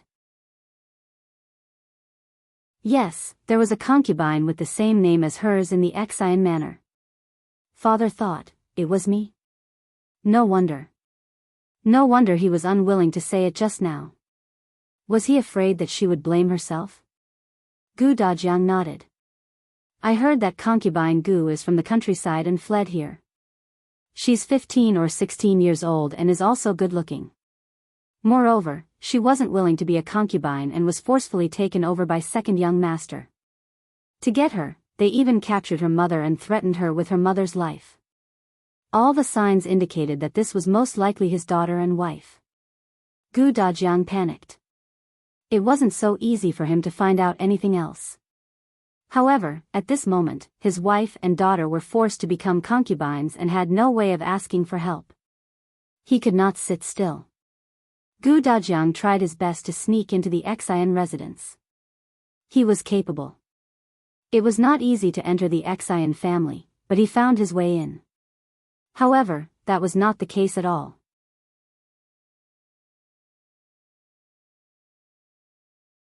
Chapter 456. Those three bastards. That person called Gu Yundong was indeed unwilling at first, but her mother was not captured by the second young master. Her mother voluntarily helped the second young master trick her daughter into coming in. Moreover, concubine Gu had only been in the Xian residence for a day, but she was already bewitched by the riches inside and willingly became the concubine of the second young master of the Xian residence. Gu Dajiang did not find out about this at first. As a complete stranger, he anxiously asked around for Gu Yundong's residence. After hiding in the Xian residence for a day, he was discovered. As it happened, it was the wife of the second young master of the Xian family, who was the daughter of the current prefecture magistrate of Wanqing Prefecture. When she saw Gu Dajiang, she also received news that this person was getting close to concubine Gu. Second young madam smiled. After sizing Gu Dajiang up, she suspected his relationship with concubine Gu. I heard that concubine Gu has a father. You're so concerned about her. Could you be her father? Gu Dajiang immediately denied it. Seeing this, second young madam became even more certain. Why are you nervous? Are you afraid that he'll use you to threaten concubine Gu? Gu Dajiang refused to admit it even more badly. However, regardless of whether second young madam was really certain or just in a bad mood, she said, if you admit your relationship with concubine Gu, they'll let you go. If you don't admit it, you're a thief who barged into my Xian manor. When she said this, her eyes turned sharp. She directly said to the guard of the Xian family, break his fingers. This is the price for daring to break into the Xian residence. Gu Dajiang didn't even have time to explain before his fingers were pressed to the ground. The guard knocked him over with a stick. He fell back in pain, but a maid behind him poured a hot teapot on him. In an instant, he was so hot that his entire body convulsed and his shoulders immediately blistered. However, his torture was not over yet. Someone had told concubine Gu. Concubine Gu brought second young master over and said that second young madam had deliberately found someone to impersonate her father to ruin her reputation. Only then did Gu Dajiang realize that he had mistaken her for someone else. Concubine Gu wasn't his daughter. Although her family had fled here, they had fled here when their ancestors were still alive. Second young master naturally could not reprimand second young madam. He was already in the wrong for taking a concubine. However, concubine Gu was his new favorite and she was still new. He had to stand up for her, right? Hence, he pushed all the blame to Gu Dajiang. He said that the man had pretended to be concubine Gu's father to enter the residence and swindle others, which was simply detestable. He got the guards to beat him up 20 times. Those people only threw him out when he was on the verge of death. Gu Yundong trembled when she heard that. These bastards did not care about human lives at all. One was to vent her anger. One was to trample on others in order to fight for favor.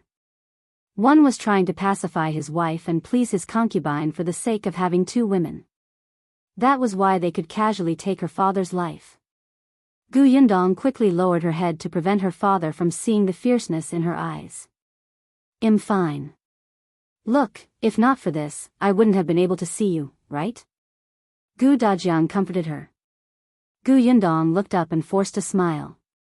No, without this, she would have been able to see Gu Dajiang safe and sound in the Yu family, not the father who was on the verge of death and was sweating from the pain.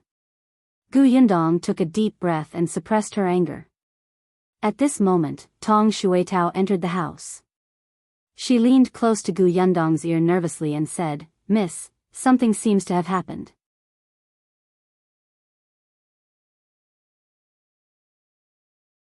Chapter 457, Are they looking for us? Gu Dajiang was stunned when he saw Tong Shuetao. And what did she call Yundong just now? Miss? He looked at the two of them in shock. Only then did Tong Shuetao realize that Gu Dajiang had woken up. She hurriedly said respectfully, "Master." Gu Dajiang was speechless. Gu Yundong asked Tong Shuetao, "What happened?" The latter suddenly reacted. She glanced at Gu Dajiang and lowered her voice even more. Only Gu Yundong could hear her. "Young miss, I was at the entrance of the inn just now and saw the second young master of the Xian family coming over aggressively with 2 guards. Do you think he knows that we brought old master back and is here to settle the score?" Gu Yundong stood up. "I'll go out and take a look. Take care of my father." "Yes, my lady." Gu Yundong opened the door and saw a rich man's son entering the inn with 2 guards. He was walking upstairs. Why would the second young master of the Xian family be so free? He even intervened when someone they didn't care about had been saved, and even personally brought people to settle the score? Gu Yundong felt that it was unlikely. As expected, although the young master came up, he turned around and walked in another direction. Soon, the innermost room in the corridor was opened by a middle-aged man, who respectfully invited him in. As for the 2 guards at the back, they stopped at the door and stood outside dutifully. Before the middle-aged man closed the door, he said to the waiter outside, "Go make a pot of good tea." "Yes." The waiter immediately turned around and went downstairs. Gu Yundong narrowed her eyes and immediately turned to enter the room beside her. She found the coarse linen clothes she had worn yesterday and quickly changed. Then, she casually stuffed her hair into her hat. Her eyebrows were thick, and her face was dark. Finally, he changed his shoes and came out. Coincidentally, the waiter had just gone upstairs. Gu Yundong quickly took out a gun from her space. It was a toy gun. Because it was too vivid, Gu Yundong used it to scare people. After all, in the apocalypse, all kinds of demons and ghosts had appeared after losing their humanity. When they saw good-looking women, they felt that they were easy to bully. Gu Yundong had scared many people away with this toy gun. The bullet of this gun was round like a sugar ball. It would not hurt anyone, but it would definitely hurt the victim when shot from the muzzle. She aimed at the waiter's knee and fired 2 shots. The waiter bent his knees and almost threw the tray in his hand. Gu Yundong was responsive and quickly supported him with one hand and the tray with the other. She asked in a low voice, "Are you all right?" The waiter gasped and looked up. "Miss Gu? Why are you dressed like this again?" "I have something to do outside. It's more convenient to dress like this." Gu Yundong helped her up and asked, "How are you?" "I don't know why, but my legs seem to have been hit by something." The waiter turned his head and looked, but he didn't find any stones. "It hurts a little. I think you should sit over there and rest first." But, he glanced awkwardly at the tray in his hand. Gu Yundong smiled. "I'll send it to you." "Huh?" The waiter was surprised. "Aren't you going out?" "I don't have anything urgent to do. I'm just delivering tea. It'll be done soon." "Which room should I send it to?" As Gu Yundong spoke, she had already accepted the tray.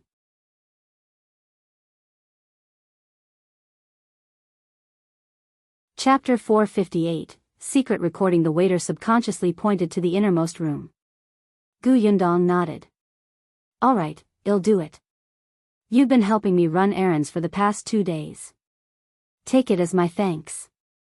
Before anyone could react, she had already left with the tray. Only then did the waiter reach out and rub the bend of his leg. Then, he stood up straight and walked for a while. It didn't hurt anymore. He let out a sigh of relief and immediately thought about it. That's not right. He was so diligent in running errands for Miss Gu because he wanted a bonus. Could it be that Miss Gu was helping him deliver tea because she didn't want to pay him? The waiter cursed and wanted to change back. But when he walked over, he realized that it was too late. Gu Yundong had already knocked on the door and entered in a flash. There were only 2 people in the room. One was a young master. He was the second young master of the Xian family, Xian Zhiyuan. Opposite him was a middle-aged man. No one knew who he was. The 2 of them stopped talking when they saw her enter. Xian Zhiyuan even stood up and instructed the 2 guards to remind him to buy something when they returned. After Gu Yundong put down the teapot and poured a cup for each of them, the middle-aged man said, "All right, you can leave." "All right, please enjoy," Gu Yundong said in a rough voice and turned to leave. Unbeknownst to anyone, she had placed a recording pen in the compartment under the table and covered it with a tablecloth before leaving. The phone she used to scare Peng Zhongfei last time was almost out of battery. It was better not to take it out. Moreover, the phone was too big of a target and would be easily discovered. The recording pen was small, so it was easier to hide. Gu Yundong held the tray and left the room respectfully with her back arched. It was only when she walked out of the 2 guards' sight that she straightened her back. Unexpectedly, before she could go downstairs, she saw the waiter walking over anxiously. Miss Gu, actually, you don't have to help me. You're a guest of the inn. How can I tire you out? Besides, it's only right for me to run errands for you. You even rewarded me last time." Gu Yundong was so angry that she wanted to laugh. She threw the tray to him. "All right, it's just a small matter. Look at how nervous you are. I won't tell your shopkeeper that you're lazy." The waiter wiped the sweat from his forehead and smiled awkwardly. Gu Yundong gave him a piece of silver. "Let me ask you something else." The waiter's eyes suddenly lit up and he heaved a sigh of relief. Fortunately, Miss Gu still needed him. It seemed that she was really kind just now. She was indeed a beautiful and kind girl. He immediately patted his chest and said, "Miss, if you want to know anything, feel free to ask." "I want to ask, where is the nearest fair brokerage?" "Miss, do you want to buy servants?" "Yes." This was not a problem. The waiter quickly told Gu Yundong about the 2 most reputable brokers in the vicinity. "So you're dressed like this to buy someone from the brokerage? That's good. You don't look like you'll be easily scammed." If she dressed like a young lady from a rich family, those people in the brokerage would definitely treat her as an ignorant girl. Gu Yundong was speechless. She nodded affirmatively. "Yes." As she spoke, someone called for the waiter. He quickly turned around and went downstairs. Only then did Gu Yundong shake her head and push open Gu Dajiang's room. Unexpectedly, the moment she entered, she saw Gu Dajiang and Tong Shuitao looking at each other in silence.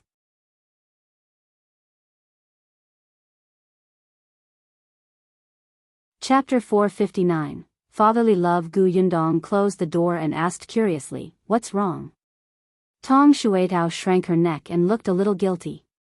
On the other hand, Gu Dajiang turned to look at his daughter and saw that she was wearing the same clothes as yesterday. Although he felt strange, he didn't ask further. However, he glanced at Tong Shuitao and said, "This Miss Tong said that she's the maidservant you bought? Her entire family is servants of the Gu family?" At this moment, Gu Dajiang still didn't know that there were 6 people in the Tong family. He thought that it was just her parents and her. Gu Yundong looked at Tong Shuitao, who laughed dryly. "I thought Miss had spoken to Master," so, Gu Yundong could not help but laugh. She had thought that something was up. "Father, I have something to tell you too. I plan to buy 2 more servants to take care of you." She sat beside Gu Dajiang. Seeing that he was in good spirits, she couldn't help but smile. Gu Dajiang was stunned. He wanted to shake his head, but he realized that it was inconvenient. He hurriedly said, "No need, no need. Why would I need servants? Father, you're injured now. Someone has to take care of you." She and Tong Shuetao were both women, so it was inconvenient for them to wipe his body. Previously, she had asked the waiter to help, but he was already very busy. Yesterday, he had helped Dr. Yu for most of the day and was even scolded by the shopkeeper. If it weren't for the silver bonus, he probably wouldn't have treated her well today. Gu Dajiang also reacted. He did need help in this state. Previously, it was Dr. Yu who had brought him the chamber pot for him to relieve himself. Embarrassment flashed across his face. He agreed after all, but one is enough. I don't need two. It'll be better soon. Don't waste money. Gu Yundong squatted down. Father, I'm doing a small business now. I have money. Although it's not much, it's enough to buy 2 servants. Yes, compared to the Xian residents, she was still very poor. However, Gu Dajiang had a serious expression. Just one. It's not easy to do small business now. Save the silver as your dowry in the future. His daughter was already 15 years old. She would be of marriageable age soon. When the time came, it would be time to discuss marriage. In the past, when he was in the old Gu family, he was worried that his father and stepmother would cause trouble and that Yundong would not be able to find a good husband. Now that he had left the place and Yundong was so good, she would definitely be very happy in the future. Thinking of this, Gu Dajiang couldn't help but feel relieved. Seeing how insistent he was, Gu Yundong had no choice but to agree. Father, rest first. I'll be back soon. Be careful. When you look at people, don't judge them by their appearance. You have to see if they're honest. Those brokers are very smart. We won't buy any if the price is high. We can hire people too. Also, remember to buy just one. When Gu Yundong went out, she could still hear his worried reminders. Her heart was warm and sour. This was the love of an old father. Even though he knew that she already started her own small business, even though he knew that she could bring his mother and siblings all the way to the Shuana Prefecture, in his heart, she was still a child who had not grown up. No matter what she did, he would always be worried. Although Madame Yang was her mother, her situation was special. She looked more like her child. Now, in front of Gu Dajiang, she was the daughter who needed his care, even though he was lying in bed and couldn't do anything. Gu Yundong's smile widened. Looking at the sky outside, it seemed to be filled with joy from head to toe.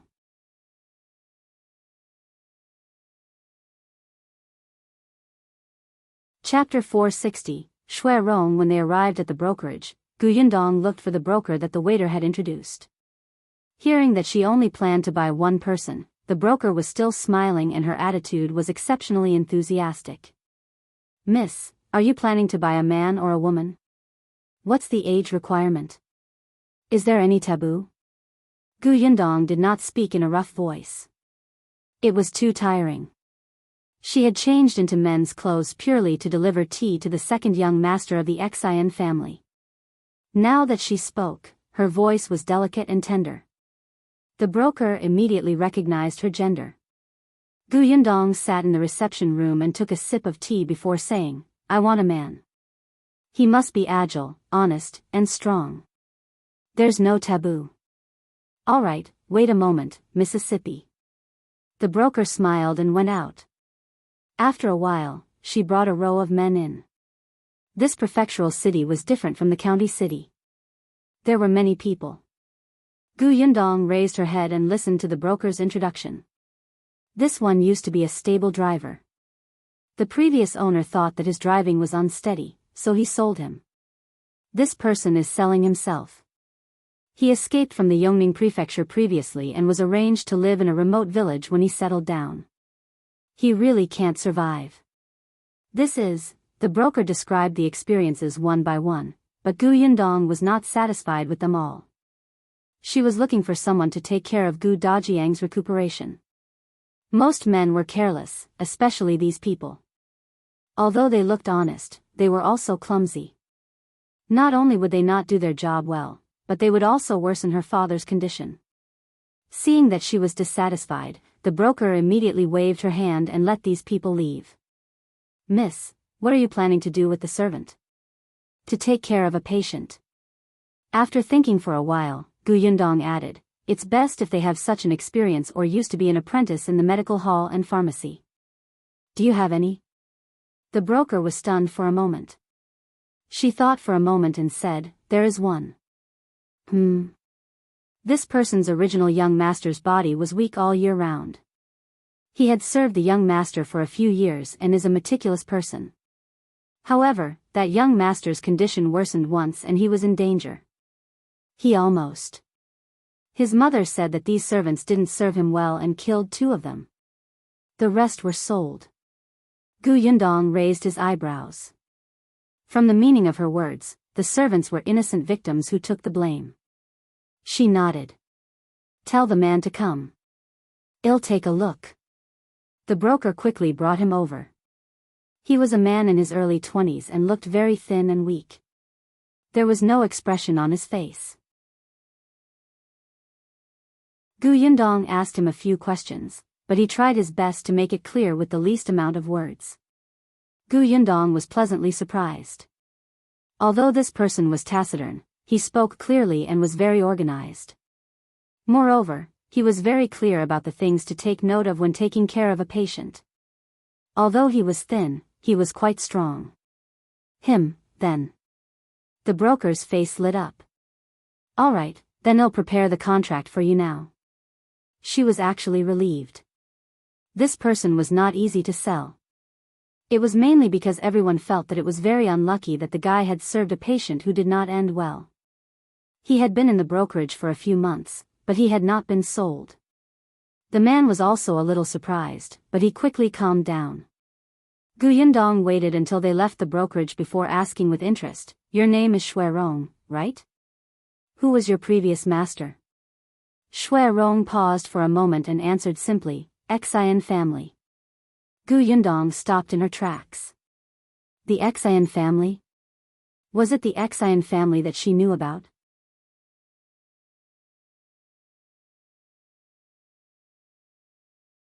Chapter 461, Xian Zhiyuan left. That's right. Yundong remembered that the eldest young master of the Xian family seemed to be in poor health all year round. So, Xue Rong had served the eldest young master of the Xian family. This was really beyond her expectations. No wonder Xue Rong looked like he had undergone professional training. His silence was probably a habit he had developed in the Xian residence. He seemed to be a cautious person. Xue Rong also raised his head slightly to look at his new master. He thought that if the other party knew that he was sold by the Xian family, she would ask him some questions or return him. But Yundong did not mention a word about the Xian family all the way to the inn. She only instructed him, you have to take care of my father. He's injured, and the doctor said that he needs to recuperate for a period of time. Since you're experienced and know how to take care of others, you must know more about what to pay attention to than I do. Well, stay in the inn for the time being. You'll share a room with my father. As for the rest, you'll slowly understand in the future. Yes, my lady. Yundong nodded and the 2 of them went upstairs. As she turned the corner, she glanced to the other side and saw that the 2 guards were still standing at the door. It seemed that they had not left. After entering the house, Tong Shuitao immediately looked over and whispered, Miss, Master is asleep. Yundong's actions instantly softened. He introduced Xue Rong to her before bringing him to the edge of the bed. This is my father, Dajiang. I've told you about his injuries. If you have any questions, ask Shuitao. Xue Rong agreed. Yundong looked at Dajiang again before leaving. She had to keep an eye on Xian Ziyuan's door and see when he was leaving. She was going to retrieve the recording pen. Yundong went downstairs and asked the waiter for lunch. She ate slowly while waiting. There were a lot of people in the lobby. No one would notice her if she sat in the corner. About half an hour later, someone finally appeared at the staircase on the second floor. Gu Yundong narrowed her eyes. As expected, she saw Xie and Zhiyuan coming down with 2 guards. Not only them, but the middle-aged man also came down. Good. Now there's no one in the room. The middle-aged man instructed the waiter, "Clean up my room." "All right," the waiter replied. He instructed the other waiter to look after the customers downstairs and went to the second floor. Gu Yundong immediately put down her chopsticks and strode after him. She went straight to the innermost room and saw that the waiter was about to bring out the teapot. He was stunned for a moment when he saw her. "Miss, why are you here?" "I was looking for you," Gu Yundong said as she walked inside. The waiter subconsciously asked, "Why are you looking for me?" He did not bother to stop Gu Yundong from entering. Gu Yundong leaned against the table. While the waiter was distracted by the noise downstairs, he quickly reached under the table and put the recording pen into his space. Then, she said, "Didn't I buy someone? I've already brought him back. He's staying in my father's room now. I want to ask you for an extra quilt for him to use. Also, send a lunch up." "That's easy. I'll send it over in a while. I'm not in a hurry. You can give it to him when you're free."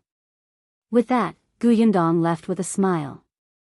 She went straight into her room and locked the door before taking out the recording pen. She turned on the switch and listened to the contents quietly.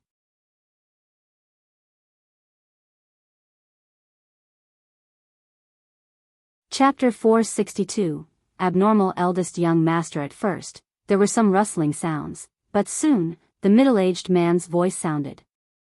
"I heard that second young master has taken a concubine." "What? Uncle Wei even cares about this?" "Second young master, you've misunderstood. Uncle Wei is just worried that the prefecture magistrate will be unhappy." "So what if he's unhappy? Do you think he'll stand up for his daughter and cause trouble for our Xian family?" Xian Zhiyuan's mocking voice sounded. "My father-in-law is most concerned about fame and profit. Although the Xian family is his in-law, the interests of the 2 families are already closely linked. What he values is the Xian family." "What's a daughter?" Uncle Wei sighed. "In the end, it's not good to go too far. After all, we've slapped his face. He values the interests of the Xian family, but the second young master isn't the only master of the Xian family. Although eldest young master's body is weak, would the prefecture magistrate like him? He's a man with a strange heart. He listened to my mother's nonsense and brought those boys and girls back, hoping to make himself better. Look at how many evil deeds he's done.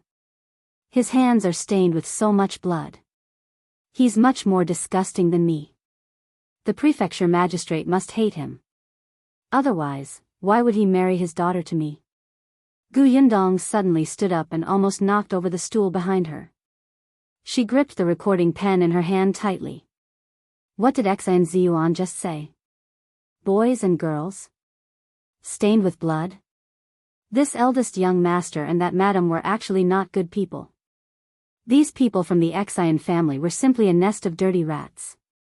They stank all over, and the disgusting feeling emanating from their bones made Gu Yundong especially uncomfortable. She took a deep, slow breath and had a sip of water before she continued to play. Uncle Wei's anxious voice came from inside. "Second young master, be careful with your words. You can't spread these words around. Otherwise, not only will your brother's reputation be ruined, but the entire Xian family will also be criticized. At that time, the one who will suffer the greatest loss will still be second young master." All right, I won't say anything, okay?" Xie and Zhiyuan seemed to be very impatient with Uncle Wei's teaching. However, the 2 of them seemed to have a good relationship. Uncle Wei should be a servant of the Xian family. Gu Yundong had also seen with her own eyes how respectful he was to Xie and Zhiyuan. However, when they spoke now, there was a hint of intimacy and familiarity between the 2 of them. Xie and Zhiyuan at least treated him as half an elder. Gu Yundong memorized Uncle Wei before continuing to listen. It was still Xian Zhiyuan who spoke. That trivial matter in our family is not worth talking about. Did you have any good news when you came back this time? Uncle Wei sighed. Everyone in the capital has already arranged for it. Those people took the money but didn't do anything. They know that the late emperor has died. Our Xian family isn't as popular as before, so all of them are shirking it. So you didn't get the sugar deal? White sugar is a business of the imperial court. The emperor can give it to whoever he wants. If the late emperor was still around, the white sugar business of Wanqing Prefecture would definitely belong to the Xian family. However, the current emperor values the Duan family more.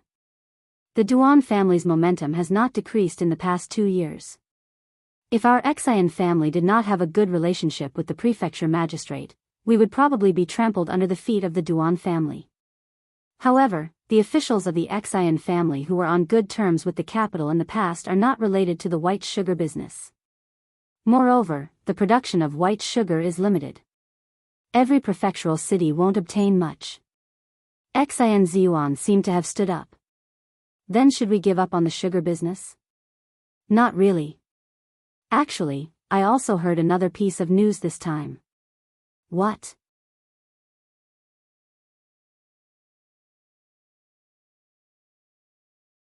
Chapter 463, Targeting the Gu family. It said that this method of making white sugar was developed by a farming family in the Shuanha prefecture. Later on, they offered it to the imperial court. However, that farming family had always been making sugar and trading it. Therefore, the imperial court no longer found anyone to sell white sugar in the Shuanha prefecture. A farmer? Xian Zhiyuan's voice was instantly filled with excitement. Gu Yundong suddenly frowned. Were they talking about her family? F***ck, she was actually targeted. Qin Wenjing, you big idiot, you have to stop them. Uncle Wei's voice sounded again. That's right. Unfortunately, we can't interfere with the Shuanha prefecture. That prefecture magistrate Dai is not an ordinary person. Why can't we? It's not like we're going to take root in the Xian family and do business. Let's go to that farmer in secret and ask him to hand over the secret recipe for making sugar. We'll give him some benefits later. Won't everyone be happy? Uncle Wei said helplessly, so what if we obtain the secret recipe to make sugar? Do you dare to make it in private and sell it? Now, the business of white sugar is controlled by the imperial court. If the emperor finds out, the Xian family will not be in a good state. Xian Zhiyuan snorted coldly. Then, there was a hint of ruthlessness in his voice. Who said that I would sell it in Wanqing Prefecture? Only the Duan family will take a fancy to a small prefectural city's business. Second young master, you mean, if Dajiang doesn't allow us to sell it, what about Lu country? What about Qing country? They must be coveting this white sugar, right? Uncle Wei took a deep breath. Young master, you. Do you know what you're talking about? The imperial court has white sugar. They can hold their heads high in front of other countries. If others want this white sugar, they have to beg the current emperor. If you do business with them, it won't be bad. The emperor will skin you alive. If we don't do business with them, are you really going to watch the Duan family step on our heads? But that won't do either. This isn't the time of the late emperor. Even if we have any connections with those two countries, we won't be discovered. The late emperor was muddle-headed. The current emperor is very shrewd. Xian Zhiyuan was a little unwilling. It can be less, that won't do either. Second young master, you should give up on this idea as soon as possible, Uncle Wei said. He probably realized that his tone was too cold, so he softened his tone. Second young master, be more patient. Why don't you wait for a while and see what the emperor thinks? If he really agrees to the Duan family, it won't be too late for us to take action. Uncle Wei continued, as for the white sugar, we can do as second young master said and go to that farmer to get the secret recipe first. Leave this matter to me. You can wait for news in the residence. All right. Xin Zhiyuan was still a little unwilling. Uncle Wei sighed and reiterated, "Don't contact those two countries. Wait for me to come back." I know. Xin Zhiyuan was impatient. Then, "Uncle Wei, when are you leaving?" "In a few days. I just returned to Wanqing Prefecture. I still have to tell your father about the situation. Then you can stay in the residence for the next few days." "How can this compare to the residence?" "No need. It's convenient to stay here. I'm used to it." That was the end of the conversation. However, Gu Yundong's expression was as dark as water. She had thought that the three scumbags from the Xin family had caused her father to become like this. It was enough for her to settle scores with them. Unexpectedly, they had their eyes on her white sugar. Trying to force them to hand over the secret recipe? Gu Yundong sneered, "In your dream." Dream.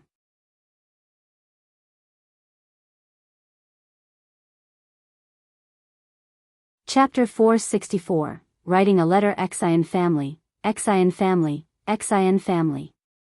Gu Yundong's fingers tapped lightly on the table, and she put the recording pen back into her spatial storage.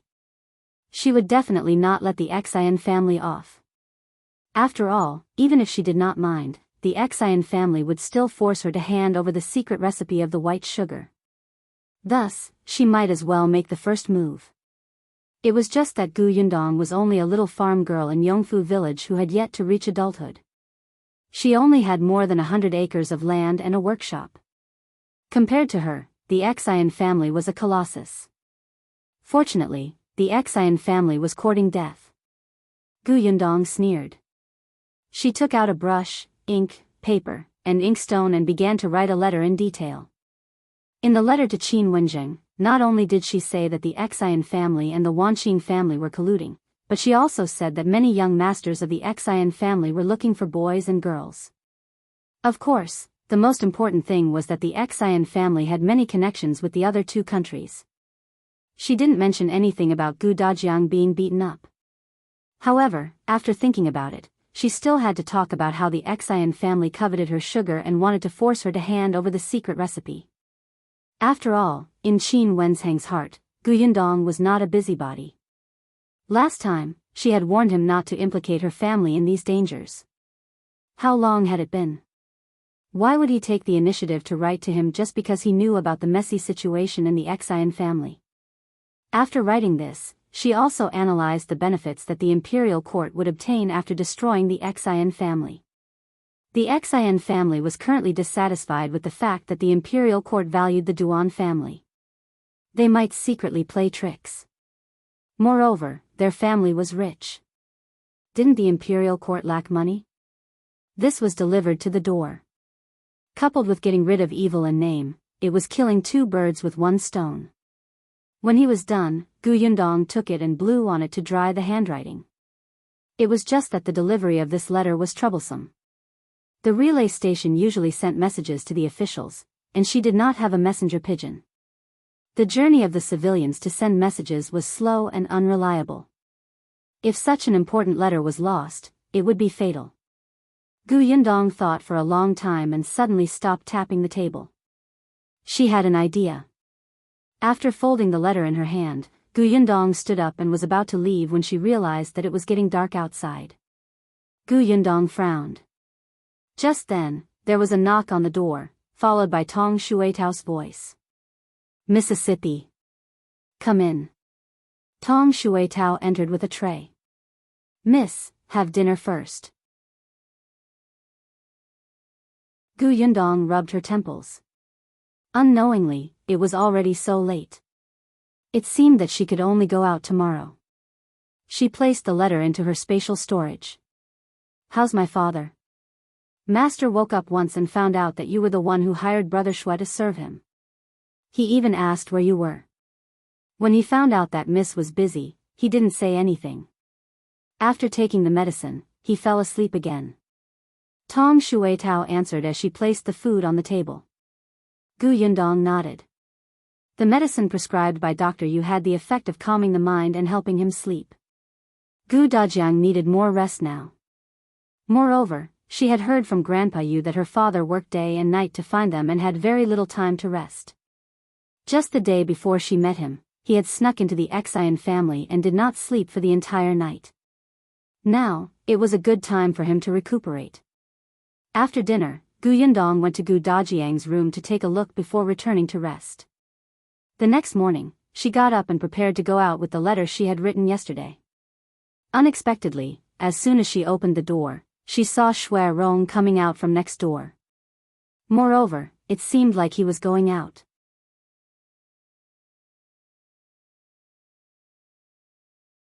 Chapter 465, Old Father's Heart. When he saw Yundong, Xue Rong greeted her respectfully. Yundong asked, "Where are you going so early in the morning?"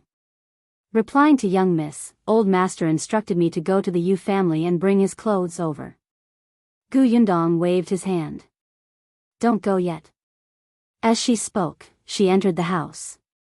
Dajiang had woken up and was lying on his side. His eyes were staring straight ahead, and no one knew what he was thinking. When he saw Yundong, a trace of joy flashed across his face. "Yundong is here?" "Father." Yundong sat on the edge of the bed. Seeing that he was in good spirits, she relaxed slightly. "Let Xue Rong take care of you here. I'll go to Grandpa Yes' house."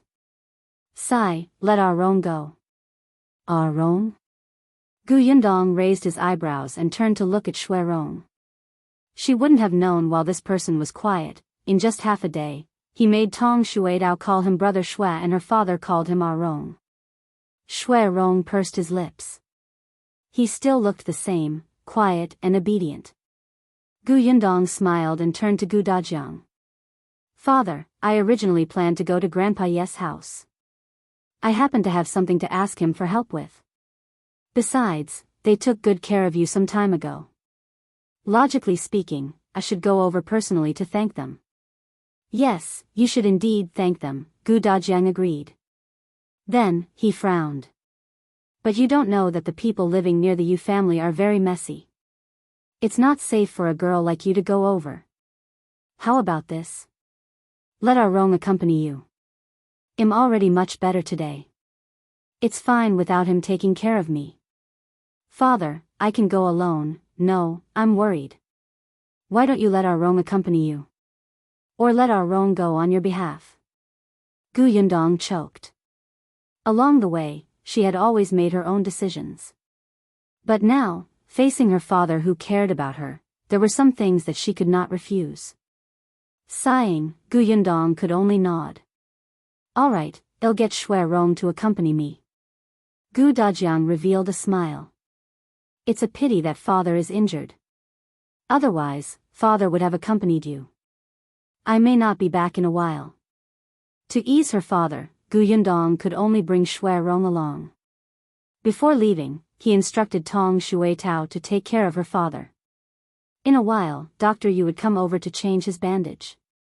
If there was anything else he needed help with, he would call the waiter. Tong Xuetao was still a little resentful as she glared fiercely at Xue Rong. To think that she had called him Brother Xue yesterday. She did not expect him to fight for Miss Favor the moment he arrived. Miss did not even bring her along when she went out. Xue Rong was stunned for a moment, but he did not say anything and quickly followed. Yundong specially went to buy some things before heading to the Yu residence. They drove the carriage there. The road was a little long, but the carriage stopped at the entrance of the alley. It was not easy to ride inside. It was still the same alley, and those sizing gazes. Yundong did not care, but Xue Rong frowned slightly. He followed Yundong cautiously, glancing left and right from time to time. When he saw a few young men with sloppy gazes that revealed greed, Xue Rong's heart could not help but thump. Fortunately, not long after, they entered the Yu family. There were people in the Yu family, so the courtyard door was open. Yundong had just walked in, but before she could make a sound, an unfamiliar voice came from inside. "Old Yu, why don't you go out and find work these 2 days? I'm afraid that there won't be anyone at home when Dajiang comes back. I'll rest for 2 days. Anyway, I won't be able to find any work, Uncle Yu said with a smile. Unexpectedly, the other party sneered. He probably won't come back, right?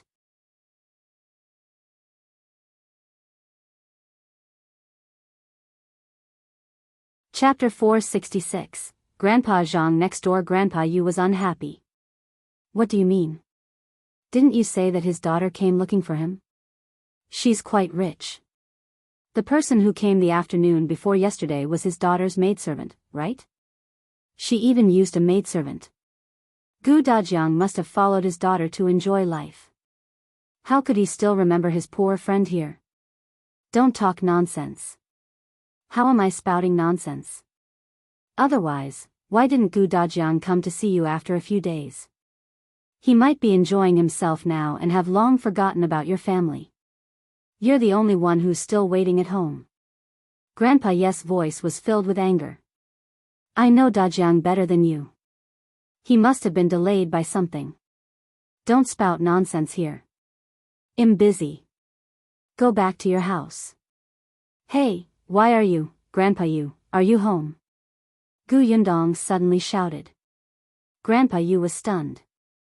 He quickly put down the basket he was weaving and came out happily. Yundong, you're here? He looked behind her. Although he saw a man, it wasn't Dajiang. He was immediately puzzled. As Yundong walked inside, he explained, my father didn't come. Actually, when I met him 2 days ago, he was seriously ill and has been recuperating in bed for the past 2 days. 2 days ago, Xue Tao came over. I specially asked her not to say anything, afraid that you would be worried. As she spoke, she had already seen the people in the room. It was a man who was slightly younger than Grandpa Yu. When he heard his words, he smiled awkwardly. Yundong did not look at him. She just asked Xue Rong to put the things he had bought on the table. Grandpa Yu, this is food bought on the street. My father specially instructed me to buy it. He wanted to come too, but the doctor instructed him to rest more and come back after he recovers. When Grandpa Yu heard that Dajiang was sick, he became anxious and didn't even look at the things on the table. On the other hand, the other person in the room kept looking sideways. He even swallowed his saliva and wanted to know what was inside. Why is your father sick? What illness is he suffering from? I'll go see him, Grandpa Yu asked nervously. He knew that Dajiang must have been delayed. Yundong smiled and helped him sit down. I'm fine. He's already seen a doctor. He just caught a cold. It's not good for him to go out again. You shouldn't go. If he passes it to you, my father will feel uneasy. Grandpa Yu thought about it and agreed. Your father is sick. Don't come over. It's more important to take care of your father. I must come and take a look. As Yundong spoke, she glanced at the table where the gift box was placed. Seeing that the stranger was getting closer and closer, she could not help but twitch her lips. She asked, this is, Grandpa Yu seemed to have just remembered that there was another person at home. He immediately patted his head and said, it's Grandpa Zhang next door. Grandpa Zhang forced a bright smile at Yundong. You must be Dajiang's daughter. You're really good-looking, polite, and filial. I'm your Grandpa Zhang from the family on the left. Your father and I have known each other for a long time. He's been suffering and has been looking for you. This time, he's sick. You have to take good care of him. It's not easy for him. It's really not easy. Unfortunately, I don't have much ability to help him. He even wiped his eyes as he spoke, looking very sad. Yundong was speechless.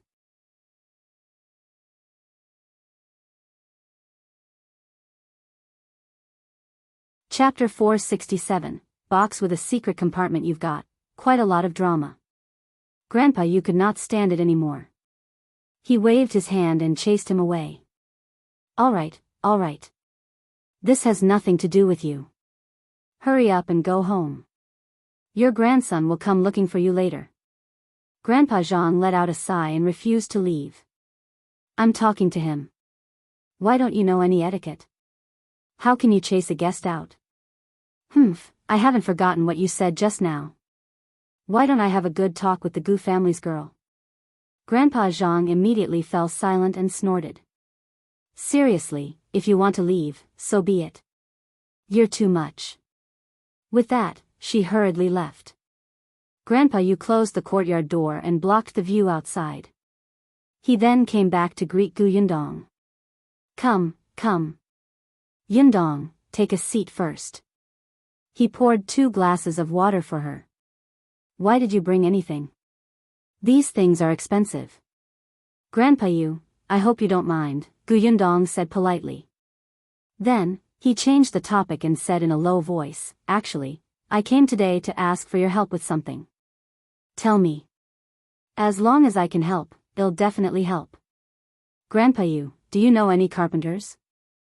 I want to ask someone to make me a small box with a secret compartment. Uncle Yu slapped his leg. I know him. There's a carpenter Tan in an alley over there. He's very skilled, but he doesn't have a good temper, so he doesn't take on many jobs. Grandpa Yu, can you bring me to meet him? Are you in a hurry? Gu Yundong nodded. Yes, it's best if you can give it to me today. Alright, I'll take you there. Grandpa Yu did not delay any longer. He brought Gu Yundong out of the courtyard and went straight to the Tan family. Carpenter Tan was said to have a bad temper, but in fact, he was not very social. He spoke little and almost only answered questions. But Gu Yundong had seen the things made in his courtyard. They were indeed sturdy and beautiful. Gu Yundong explained the appearance to him. It was actually not complicated and was not big. It was just a small rectangular box that contained hairpins. The most important thing was the secret compartment. This had to be made solid. Carpenter Tan's movements were very fast and skilled. With a few swooshes, he sawed the wood and cut the connector. The hardest part was the secret compartment, which took some time. However, it took less than an hour. Gu Yundong thought that it would take a day to do this, but she did not expect it to take so little time. Carpenter Tan polished the box twice in the end. It was very flat and smooth to the touch. He then waxed it again. By the time Gu Yundong got it, it was still too early. She became happy and gave Carpenter Tan a tael of silver. Carpenter Tan was stunned when he saw this. It did not take much effort for him to buy such a small wooden box. He did not need so much at all. But Gu Yundong had already left with the wooden box. When she left the Tan family, she said to the old man, Grandpa Yu, I still have something to do, so I'll leave first. I'll visit you again after my father recovers. Grandpa Yu could also tell that she seemed to be in a hurry. Alright, I'll send you off. No need. Xue Rong is here. Take your time and go home first. Remember to eat the pastries I brought for you. Don't let them go bad. The weather is hot now. As soon as he finished speaking, he left with large strides with Xue Rong before he could speak. With the box, she could deliver the letter. Unfortunately, there were always obstacles blocking her path to success. Gu Yundong sighed inwardly as she looked at the 4 people who had stopped him.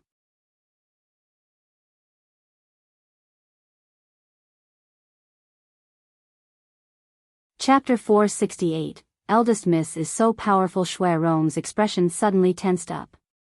He did not know martial arts, and his body was even a little thin. There were 4 of them. He could only hold back 2 at most.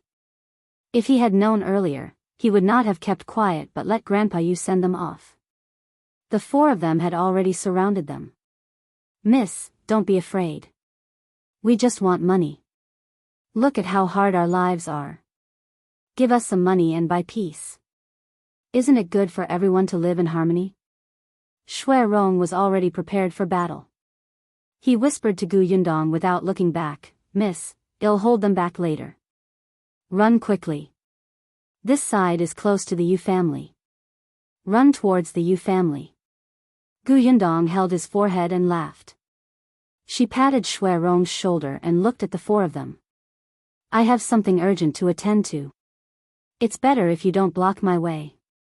Otherwise, you'll suffer if I don't hold back. The four of them were stunned and could not help but laugh.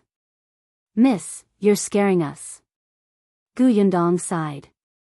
Seeing that they were slowly crowding around him, he immediately handed the box in his hand to Xue Rong. "Hold it. Stand there and don't move." Xue Rong, who was about to walk forward, suddenly stopped. The next moment, he widened his eyes and watched in shock as Gu Yundong flipped someone to the ground. Then, she picked up a stick from the ground and hit the other person's back. Then, she kicked another person's knee. That person's face instantly twisted as he knelt on the ground. In the end, she walked towards the last person. That person watched helplessly as his three accomplices fell to the ground in an instant. His expression changed.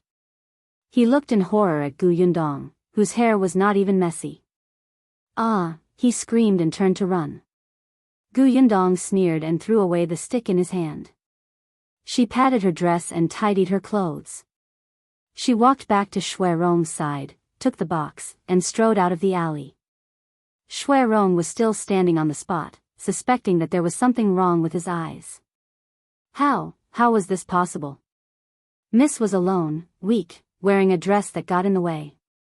She was clearly still young. But she had actually dealt with all four of them in the blink of an eye? "Xue Rong?" Gu Yundong called him from outside. "Coming." Xue Rong glanced at the person on the ground again and hurriedly turned around to follow. Gu Yundong keenly sensed a slight change in his attitude, as if he had become more respectful. The two of them did not speak along the way. They were about to reach the entrance of the inn. Xue Rong finally couldn't help but ask, "Young Miss Martial Arts Competition?" Gu Yundong raised his eyebrows. "You should know that I fled from the Yongning Prefecture to the Shuanha Prefecture, right?" Xue Rong had been following her. When she chatted with Grandpa Yu, she would mention the past from time to time. Xue Rong thought for a moment and came to a realization. That's right. Miss had come all the way to the Shuanha Prefecture without Old Master by her side. What she had experienced was simply unimaginable. How could those four people stop Miss? But he still felt that Miss was very powerful. It had to be known that on the way to escape, the fate of women was usually not very good, especially when there was no one to protect them. However, Miss had to protect her family all the way to the Shuanha Prefecture safely. Clearly, she was stronger than he had imagined. "All right, you go back to the inn first. I'll make a trip to the pharmacy." Gu Yundong got down from the carriage. "Yes."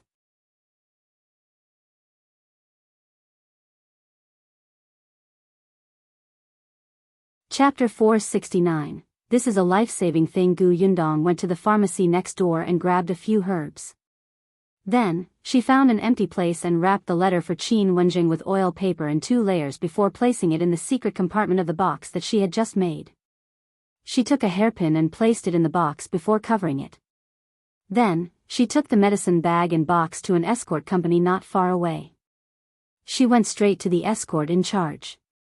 "I want to send something to Fengkai County in Shuanha Prefecture, but the thing I want to send is very urgently needed. It's best if it can be delivered within 4 days." The escort leader frowned. 4 days? It was a little rush to travel from Wanqing Prefecture to Shuanha Prefecture. He did not agree and only asked, "What's to be sent?" Gu Yundong took out a medicine bag and a box. "I have a friend who's terminally ill and needs medicine urgently. These are the medicines I found for her. They're for saving her life. And this box. She left the hairpin inside with me. It's something her mother left for her. Let's leave it for her as a memento." The escort leader understood. This was a life-saving thing, and it didn't leave any regrets. After a pause, he looked at Gu Yundong and said, "Well, take this escort, but you know that if we want to rush to the Shuanha Prefecture in such a short time, not to mention traveling day and night, we'll definitely have to change horses in between. I'm afraid this price is not cheap." "I know. Herace 100 taels of silver. Is it enough?" The escort leader's expression relaxed a little. "That's enough. In a few days, at most 2 people were required to deliver the thing. It was not a loss to earn 100 taels. Furthermore, the journey to the Xuanhe Prefecture was very peaceful. It was not like they were escorting a large number of goods, so they would not encounter any danger. It wouldn't cost much to change horses. He just needed to make up the difference in price. Yundong discussed with the escort leader again and gave him the address. He also repeatedly reminded him that the escort this time was for saving lives. If the item could be delivered as soon as possible, it should be delivered as soon as possible. She knew that this escort agency was trustworthy. The escort leader valued loyalty. Moreover, the escort leader had said that he would do this job himself. Yundong was relieved and turned to leave. She had no choice. If she just let the escort agency deliver the letter, she would be finished if she accidentally lost it or if someone saw the contents. She bought medicine and made a secret compartment. Although it took some effort, it was at least safer. In the future, she had to think of a way to get some secret code or something. Her family would understand and find the information she wanted them to know. This way, she wouldn't have to worry about others seeing the letter. This time, the address Yundong gave the escort leader was Qingyuan's school. She was afraid that someone would know about Qingyuan, so the recipient was simply Gu. Qingyuan was such a smart person. When he saw the medicine packet, he should be able to guess that she had sent it to him, right? After all, he knew that she had come to Wanqing Prefecture to look for medicine. She had given him medicine for no reason, and there was also an inexplicable hairpin and box. He would definitely notice that something was wrong. He was a young top scholar after all, so his brain worked quickly. Yundong expressed that she was very confident in Qingyuan. Hopefully, he would not want to disappoint him. As for the 100 taels of silver, she would get it back from the Xie family. After she was done, she turned around and walked towards the inn. Before leaving, she even went to the ready-to-wear shop to buy a few sets of clothes for Dajiang and Xue Rong. When she went to Grandpa Ye's house, she didn't bring Dajiang's 2 sets of tattered clothes back. She couldn't wear those clothes at all. They were all patched up. Could it be that she was wearing the clothes cleanly and let her father wear dirty clothes? Carrying his clothes, Yundong's footsteps became much lighter. Unexpectedly, as soon as he entered the inn, he saw a familiar middle-aged man. Wasn't this the man who was talking to Xie and Zhiyuan in the room that day?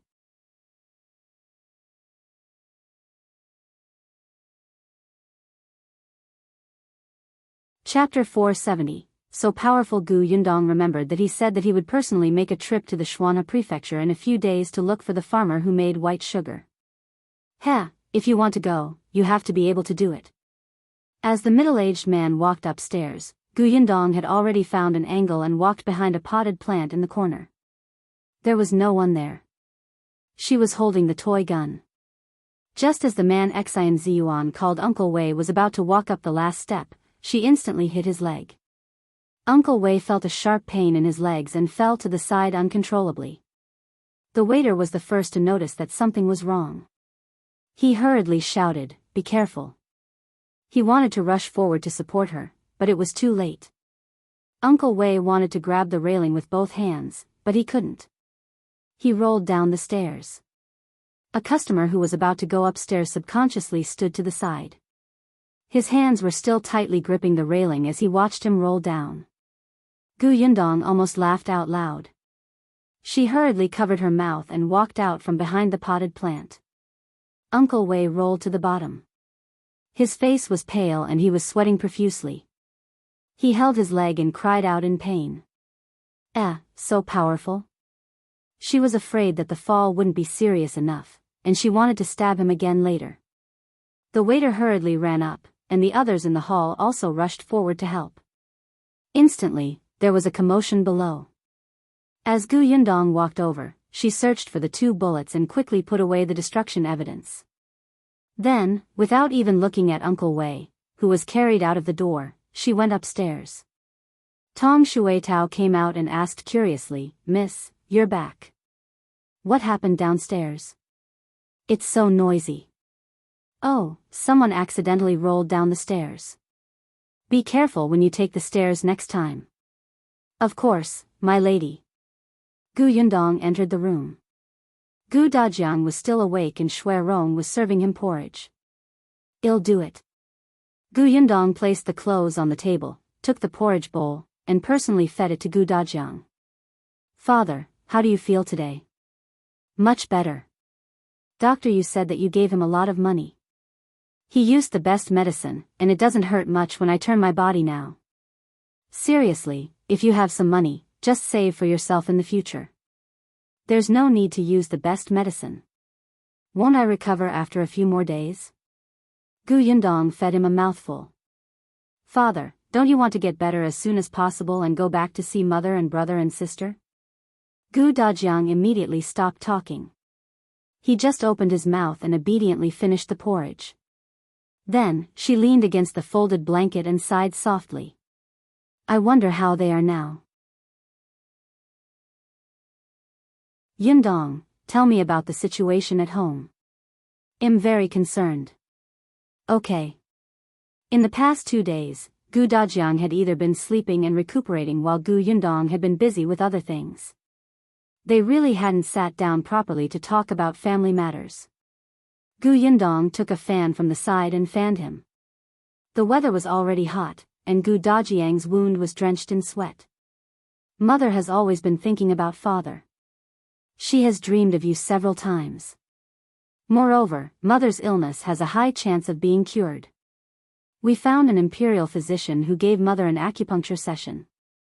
Although she hasn't recovered now, it won't worsen in the future. He said that as long as he finds the last medicine, he can completely cure mother. Gu Dajiang's eyes lit up when he heard that. He was slightly excited.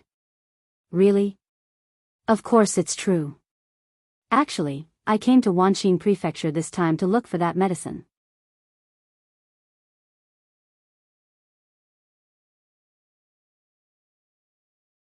Chapter 471. Let's say something delightful. What medicine? It's a medicine called Biyao. Don't worry, father. I already have clues. Xue Rong, who was standing behind Gu Yundong, was slightly stunned. However, he quickly regained his composure. Gu Yundong glanced at him from the corner of her eye before continuing to say to Gu Dajiang, Father, don't worry about mother. This kind of thing can't be rushed. When we find Biyao, everything will naturally be fine. Gu Dajiang nodded. Yes, there's no hurry. I've already waited for so long. I don't mind waiting a little longer. Besides, even if Lu Nyang couldn't recover in her lifetime, he would still take good care of her.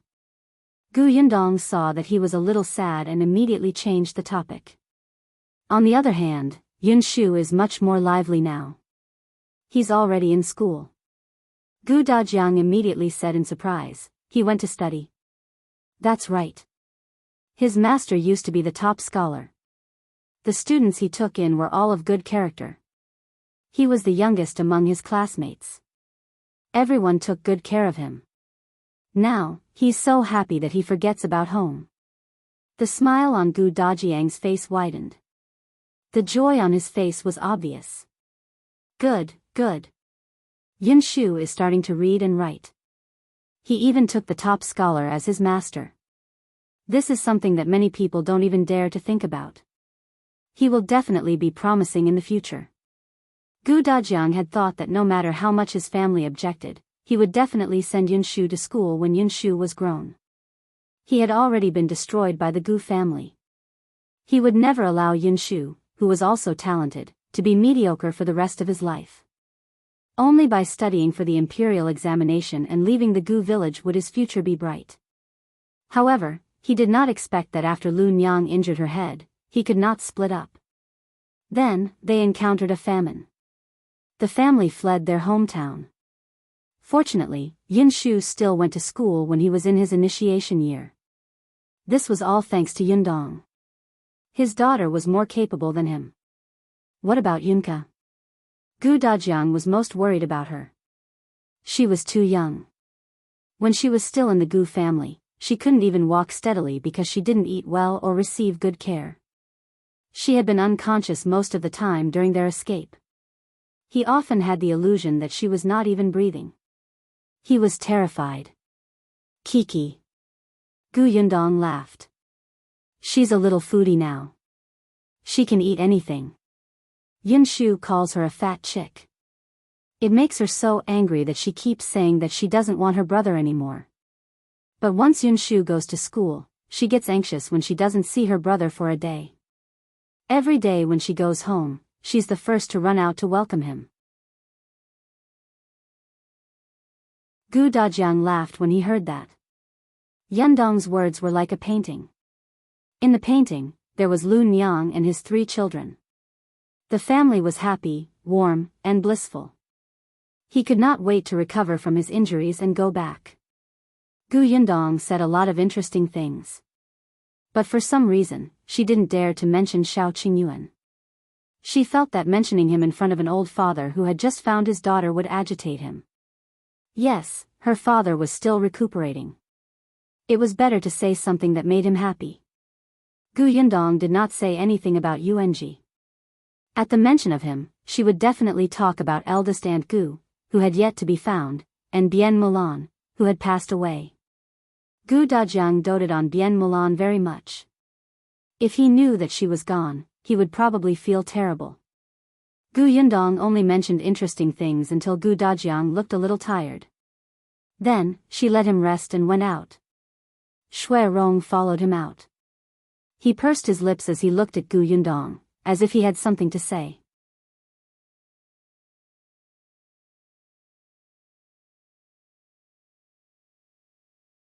Chapter 472, Xue Rong's Distrust. Gu Yundong walked towards her room. Seeing that he was still standing there, she raised her eyebrows and said, "Come in. Don't you have something to tell me?" Xue Rong lowered his head and followed her into the room. He carefully closed the door. He even went over to pour a cup of tea for Gu Yundong. This person had really been professionally trained. "Miss, you said that you have a clue about Biyao. Were you referring to the Xian family?" Gu Yundong thought that he indeed knew. "I were. Why? Are you trying to persuade me to give up? Do you think it's impossible to get Biyao from the Xian family?" Xue Rong thought for a moment. It's indeed impossible to obtain Biyao from the Xian family, because it is no longer in the Xian family. Gu Yundong suddenly stood up from his chair. "What did you say?" Xue Rong said, there was indeed a Biyao in the Xian family. However, 3 months ago, the eldest young master of the Xian family suddenly fell ill, and Biyao was used by him. What he didn't say was that it was also because of that illness that 2 servants were killed in the courtyard of the eldest young master of the Xian family. The rest were sold, and he was one of them. Gu Yundong frowned fiercely. 2 to 3 months ago, didn't that mean that it was gone before Dr. Song wrote to her? Communications in this era were so inconvenient that the information lagged for so long. "You promise, no more?" Xue Rong knelt down. "I can swear that I didn't lie to you just now." "All right, get up. I don't mean to question you." Gu Yundong rubbed her temples and sighed inwardly. However, Xue Rong still knelt on the ground and had no intention of getting up.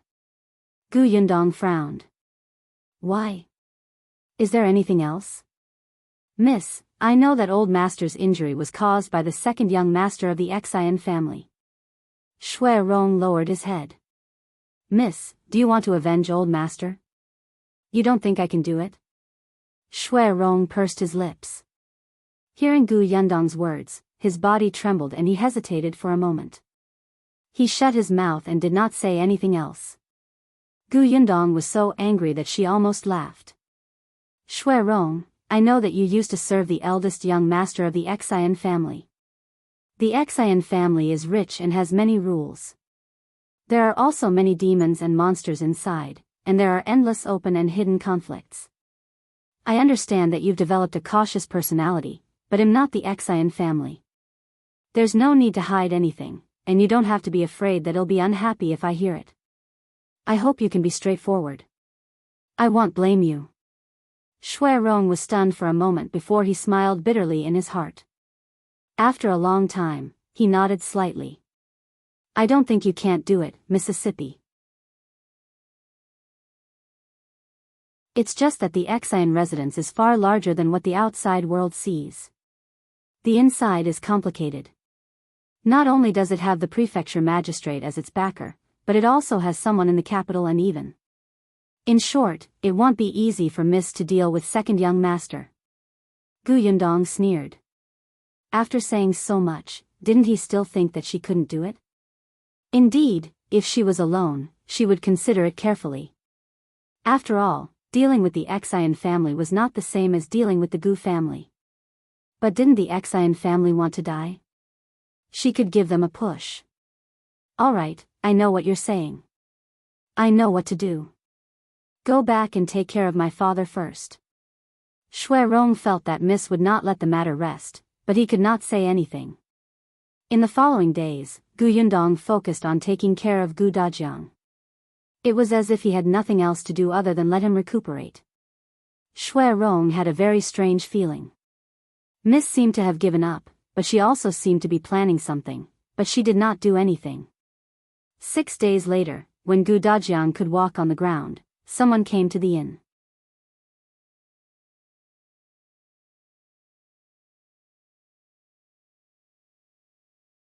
Chapter 473:1 a.m. Am Mo Xulin. When Gu Yundong went downstairs, he brushed past someone. When that person passed by her, he said in a low voice, "Miss Gu, let's talk in private." Gu Yundong was stunned for a moment. She turned her head and glanced at him. This person looked very ordinary and was dressed in the same style as the guests in the inn. No one would notice him in the crowd. But Gu Yundong could still feel that he was constantly tense. He was a martial artist. She calculated the time and roughly guessed who this person was. Seeing that she didn't say anything or respond, the other party thought that he had been too abrupt and quickly added, "Mr. Qin asked me to come." Gu Yundong nodded and the man went downstairs first. Seeing him leave the inn, Gu Yundong slowly walked out of the door as if she was taking a leisurely stroll. That person walked at a moderate pace in front, and Gu Yundong followed him slowly. Until he turned at an intersection and entered a small courtyard. When Gu Yundong entered the courtyard, he realized that there were about a dozen people inside. All of them looked travel-worn. They looked like they had just arrived at Wanqing Prefecture.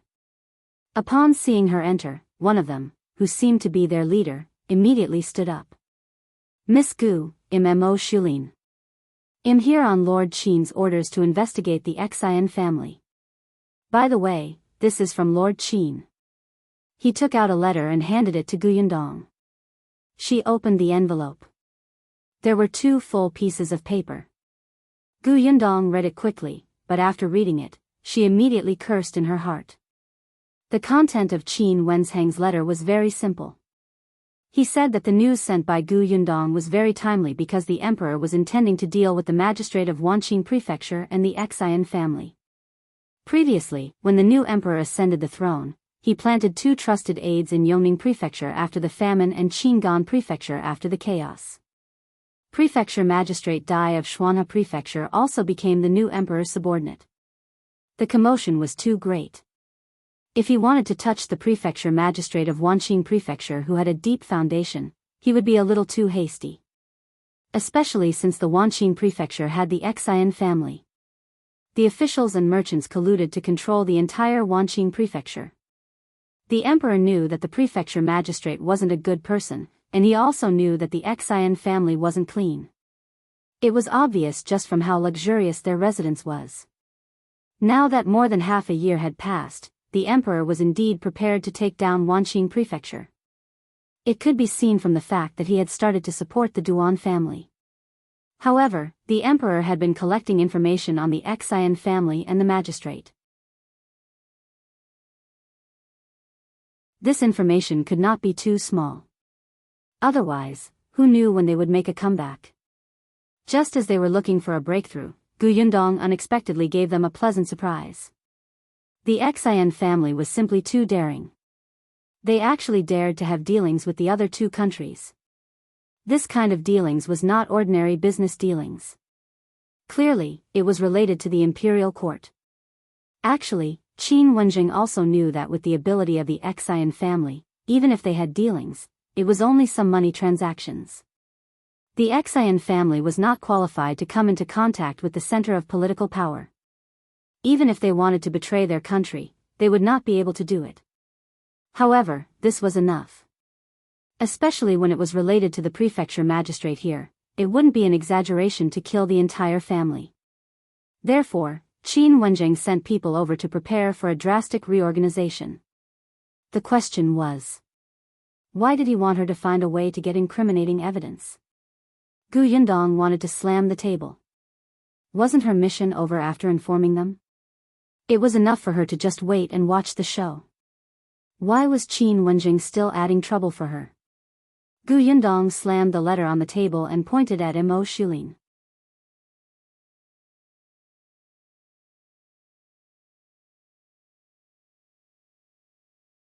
Chapter 474, Seduction. You all seem to be highly skilled in martial arts. If you want to find evidence, you can just sneak in, right? Yundong was so angry that she laughed. I'm a weak woman, and you actually handed the most important thing to me? Do you think I'm too good-looking and want others to chop me into pieces? Am Mo Xulin was speechless. Miss, don't feel so good about yourself, all right? He coughed lightly and said, the Xian residence is heavily guarded. It's naturally not a problem for us to sneak in, but it's easy to alert the enemy. Heavily guarded? Didn't her father, Dajiang, sneak in? No, Dajiang could only ask around outside. He couldn't go to the master's courtyard, let alone the places where evidence was placed. Am Mo Xulin continued, actually, it's not like no one has infiltrated the Xian family before. They even entered Master Zin's study, but there's nothing in the study. If we want to find evidence of guilt, I'm afraid a few days won't be enough. If you can't find it in the study, do you think I can? Once we alert the enemy, the Xian family will be easy. We can just capture them anyway, but the forces in the capital that colluded with the Xian family will be on guard. Yundong was enlightened. Are you making such a big move this time? It won't be easy to clean up the mess. So, what the emperor really wanted to deal with were those people in the capital? All the more reason for her not to get involved. Am Mo Xulin lowered his eyes. He could not say anything in front of Yundong. However, seeing that she was unwilling, he immediately thought of what Qin Wenjing had said. He could only take a step back and say, Miss Gu, if you're really unwilling, then, can you figure out the approximate location of the important letters in the Xian residence? Seeing that Yundong wanted to refute, he immediately added, Lord Qin said that since Miss Gu has the ability to obtain the news that Xian Zhiyuan colluded with another country, you can definitely do these things. He really thinks highly of me. Lord Qin also said that if Miss makes a great contribution and the Xian family is raided later, Miss can choose a few valuable items first. Yundong stood up. All right, I'll go back and think about it. She kept the letter and turned to leave the small courtyard. When the others saw this, they looked at each other and asked Am Mo Xulin, did she agree or not? Am Mo Xulin was unfathomable. What do you think? However, he quickly restrained his expression. Inform the Duan family and ask them to cooperate with us if necessary. Should we inform Commander Lu of Wanqing Prefecture? One had to bring troops over to arrest a family. It's said that Commander Lu doesn't have a good relationship with the prefecture magistrate. Perhaps he can help. However, Am Mo Xulin shook his head. It's hard to say if they're not on good terms. Maybe they're just putting on a show for us. Third brother has already gone elsewhere to mobilize troops. Let's wait a few more days. Yes. The others in the courtyard quickly went to work. Yundong felt a headache when she returned to the inn. Qin Wenjing was indeed unreliable. However, although she was cursing Qin Wenjing in her heart, her mind still started to spin. In the following days, Yundong was very busy. Tong Shuetao did not know what she was doing. In any case, she would do whatever young miss instructed her to do. Dajiang was a little worried. He had once asked Yundong, but she said that it was for business. Only Xue Rong started to feel uneasy. A few days later, when he saw Gu Yundong writing the names of everyone in the Xian family on paper in the room, his thoughts were finally confirmed. He had a feeling that it was just as he expected.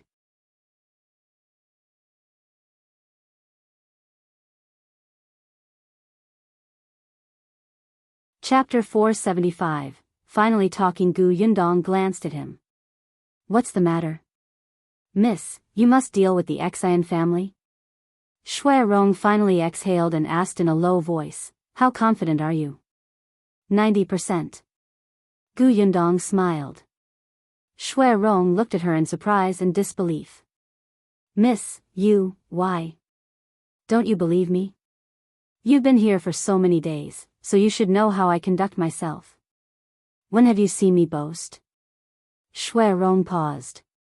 He had indeed been silently paying attention to Miss' words and actions these past few days. He more or less knew her personality. However, he already knew that the young lattice identity was only that of a peasant girl.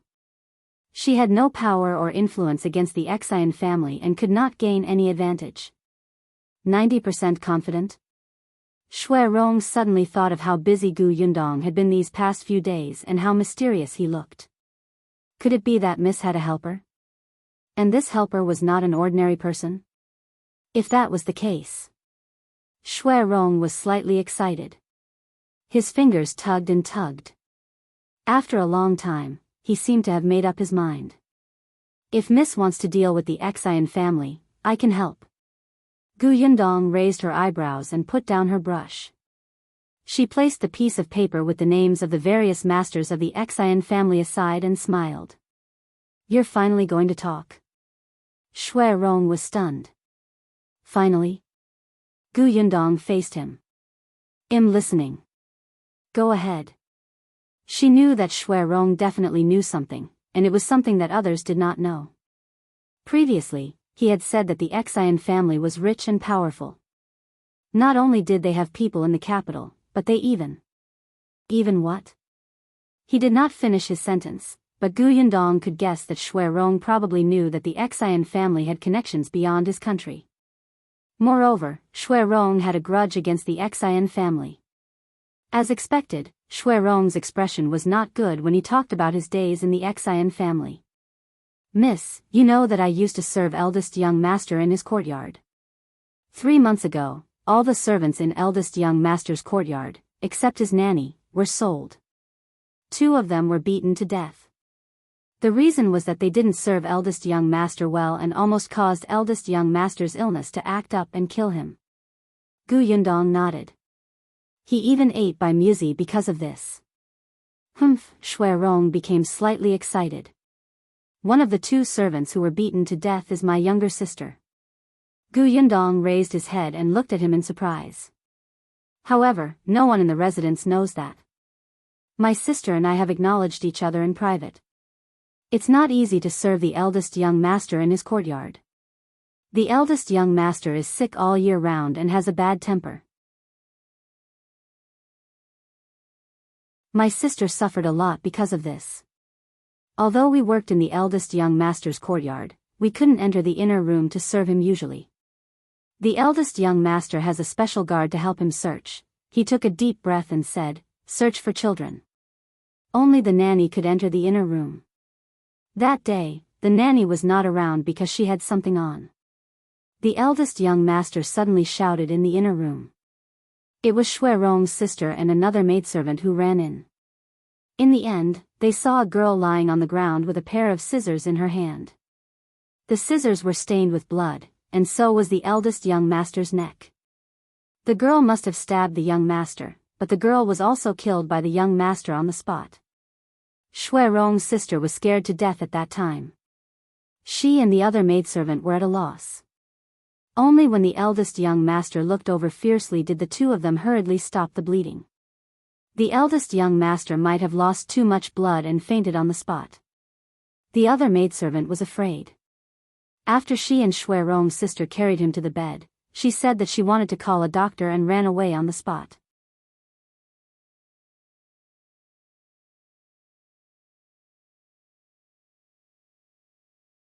Chapter 476. A rumor: Xue Rong's sister could only take care of the eldest young master by herself.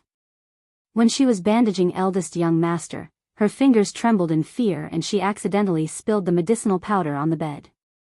She quickly found a rag to wipe it off. Her movements were too erratic, and she accidentally pushed aside the pillow on the eldest young master's bed and saw 2 letters inside. She knew that she shouldn't be curious, but at the same time, she also knew that she had seen what had happened today. She was afraid that eldest young master wouldn't let her off easily. Since she was going to die anyway, what did it matter if she took a look? At that time, the sister calmed down and carefully took out the letter. There were 2 letters. One was a letter where the Xuyuan family had contacted the Lu country. The other was a report from a subordinate of the eldest young master regarding the situation in the capital. Sister Xue felt that her heart was about to jump out, and cold sweat kept pouring out. At this moment, urgent footsteps came from outside the door. Sister Xue hurriedly stuffed the letters back in. She slid under the bed and hid inside. It was the eldest young master's nanny who came in. She called him anxiously a few times and heaved a sigh of relief when she saw that he had woken up. "The doctor will be here soon. How do you feel?" "Nanny," under the pillow. "There are 2 letters. Take them back and hide them." Xuyuan Ziming's breathing was weak, and his words were intermittent. The nanny put away the 2 letters but did not leave immediately. When the doctor came and young master's injuries stabilized a little, she left while no one was paying attention. However, Sister Xue had been hiding under the bed. She wanted to wait until everyone left before coming out. However, there was always someone guarding the room. The eldest young master's condition suddenly worsened in the middle of the night. His eyes and mouth were crooked, as if he was about to have a stroke. The doctor said that the young master's health was not good to begin with, and he had lost too much blood this time. His life was in danger, and the Bimusi was used up at that time. Fortunately, on the 2nd day, his condition improved, and there was finally a time when there was no one in the room. Sister Xue took advantage of this time to crawl out from under the bed. When she came out, she realized that the entire courtyard was guarded. She could not even leave the eldest young master's house. She even vaguely heard that the maidservant who had seen the eldest young master's condition with her previously tried to escape from the Xuyuan residence, but was captured and brought back. Now, the guards in the residence were looking for Sister Xue everywhere.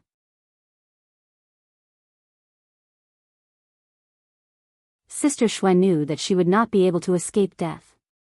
She was in despair, but she was unwilling to accept her fate, so she returned to the house. She took the brush on the eldest young master's table and hid under the bed and table to write down everything she saw and heard. This letter was for Xue Rong. At the end of the letter, she even instructed Xue Rong to think of a way to leave the Xuyuan family. Something would happen sooner or later if the Xuyuan family colluded with foreign countries. After writing, she stuffed the letter into her shoes and socks. When she was found by the guards in the residence, she was beaten to death on the spot. When Xue Rong heard the news, he only saw his sister's corpse. Xue Rong found the letter when he was collecting her corpse. He hated the Xuyuan family, but he was too weak to take revenge. Then, the others in the courtyard were also sold. Yundong listened to the entire process and sighed inwardly. Seeing the forbearance and hatred on Xue Rong's usually expressionless face, she could only say in a low voice, "Don't worry, I'll avenge your sister this time." "Thank you, Mississippi." So to speak, everything was taken by young Master Zin's nanny? The answer was really unexpected. This nanny is quite trusted. Xue Rong thought for a moment and said, "Actually, there has always been a rumor in the Xuyuan family."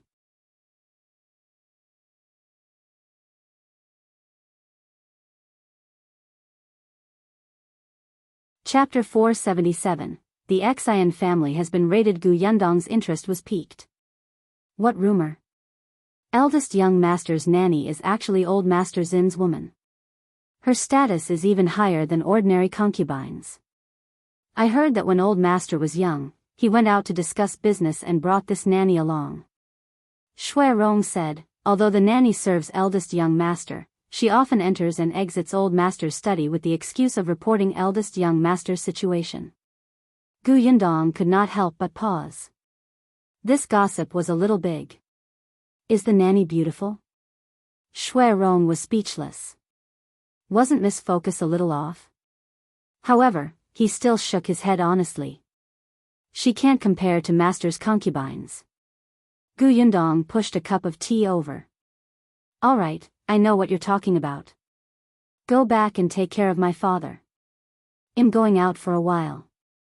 Yes, my lady. Gu Yundong left the inn and returned not long after. His expression was obviously relaxed. In the following days, she didn't leave the inn much. She spent most of her time by Gu Dajiang's side. Seeing that his health was improving, the smile on Gu Yundong's face became lighter. When he recovered, they could go back. Half a month later, Gu Dajiang could already go downstairs for a walk. Although it was still unnatural, it was a luxury for Gu Dajiang, who had been cooped up in his room for nearly a month. Gu Yundong helped him down. Standing at the entrance of the inn, Gu Dajiang heaved a sigh of relief. In 2 days, let's go to the Yu family to see Uncle Yu and the others. Ever since that day, Gu Yundong did not go to the Yu family again. Instead, she let Xue Rong make 2 trips and mentioned Gu Dajiang's injury. Grandpa Yu wanted to come over and take a look, but he was stopped by Xue Rong. It had not been peaceful recently. Gu Yundong had instructed him not to go out as long as possible, especially since this inn was very close to the Xie residence. Why do I feel that something is amiss? Gu Dajiang suddenly said. There are many people on the streets. Before Gu Yundong could say anything, the waiter beside him came over and nodded. That's right. For some reason, there have been a lot of people these past few days. Our inn's business is doing well. I thought there was something happy to celebrate in the city, but I didn't hear anything after asking around. Gu Yundong laughed. Something happy? A storm is coming. With that, she helped Gu Dajiang in and found a seat in the hall to eat. The waiter touched his head and looked at the bright sun outside. Where is the storm coming from? Why don't I understand? Xue Rong thought, if you understand, you can be the shopkeeper. On the other hand, when Gu Dajiang heard Gu Yundong's words, he asked curiously in a low voice, Yundong, do you know something? What's going to happen at Wanqing Prefecture? Father will know the result in 2 days. However, there was no need to wait for 2 more days. The next morning, the waiter ran into the hall in a panic. Gu Yundong was coming downstairs and saw that his clothes were wet and his hat was gone. Strands of hair were stuck to his face.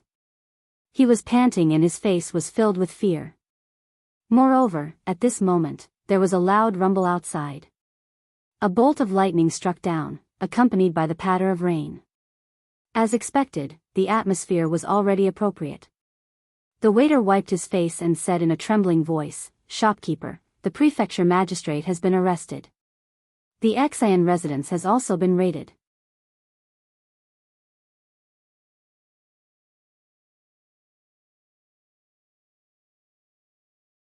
Chapter 478, Everyone's shocked. The waiter's words suddenly sounded in the hall. The shopkeeper was so shocked that he forgot about the abacus. Even the guests who were originally sitting there chatting and resting turned to look at him in shock. The shopkeeper walked out from behind the counter without a word and asked anxiously, What did you say just now? What happened? What do you mean by the prefecture magistrate has been arrested and the Xie residence has been raided? Yes. What happened? The Xie family? Our Wanqing Prefecture's 100-year-old clan was actually raided? A customer stood up and walked over in disbelief. The waiter was still in shock and his words were a little ethereal. One don't know either. Just now, when I went home to get my things, I walked to the street at the entrance of the Xie residence and saw many soldiers guarding it. The plaque of the Xie residence was also smashed down by those soldiers. All the servants in the residence were taken away. Then, a long row of people were escorted away. All of them lowered their heads and cried. What about the old and young masters of the Xie family? The waiter shook his head vigorously. No, I don't know. I heard that they're still in the residence and haven't come out. Someone even said that they might have been killed by those soldiers on the spot. Not long after, I heard someone run over and say that the Prefecture Magistrate's office was also surrounded by soldiers. The Prefecture Magistrate's family has been arrested. I don't know what's going on. Everyone was shocked when they heard that. The shopkeeper slapped his thigh. No wonder there have been many people in the Prefecture city recently. I knew something big would happen. As expected. But this matter is too big. I don't even dare to think about it. The waiter finally came back to his senses and nodded repeatedly when he heard the shopkeeper's words. I also heard that these soldiers were transferred over from elsewhere. All of them are unfamiliar fierce faces. They're too terrifying. I originally wanted to go to the entrance of the Xiyuan residence to ask around, but I didn't dare to and ran back. So, did anyone say what they did? The waiter shook his head sadly. I don't know. Yundong was still standing on the stairs and listening. Xue Rong was standing behind her at some point. He looked a little agitated and his eyes were slightly red. Miss, Yundong turned to look at him. Xue Rong tried his best to smile. Miss, you actually did it. The Xiyuan family was such a colossus. Their power was magnificent and they had the backing of the prefecture magistrate and the high officials in the capital. But now, in just half a month, not only had their home been raided, but even the forces behind them had been uprooted. Xue Rong thought that if it wasn't for the fact that he was afraid of attracting too much attention outside, he would have knelt down on the spot and kowtowed to the Mississippi. Yundong smiled. Let's go and take a look. Yes. Xue Rong shook his hand and a smile finally appeared on his face. He followed Yundong downstairs. Tong Shuetao, who was standing upstairs, glared at his back fiercely. This Xue Rong must have ulterior motives. He must be a toad lusting after swan meat. He was clearly bought to serve the old master, but he kept approaching Mississippi. He was simply shameless. Miss had been deceived by him. She was so angry. Tong Shuetao kept staring at his figure as he disappeared from the door. Only then did she stomp her feet angrily and turn around to return to her room. The rain outside had stopped, and even the air felt wet. Yundong and Xue Rong walked all the way to the Xiyuan family. Many people were talking about this along the way. Especially not far from the Xiyuan family, everyone was pointing at the place. However, there were soldiers guarding the door, so no one dared to go forward. When they saw Yundong and her servant walking forward, they looked at her as if she was courting death.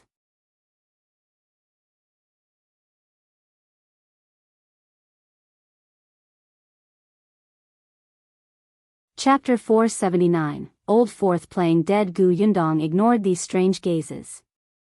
When they were almost at the entrance of the Xiyuan residence, the soldiers guarding the door shifted their gaze to her.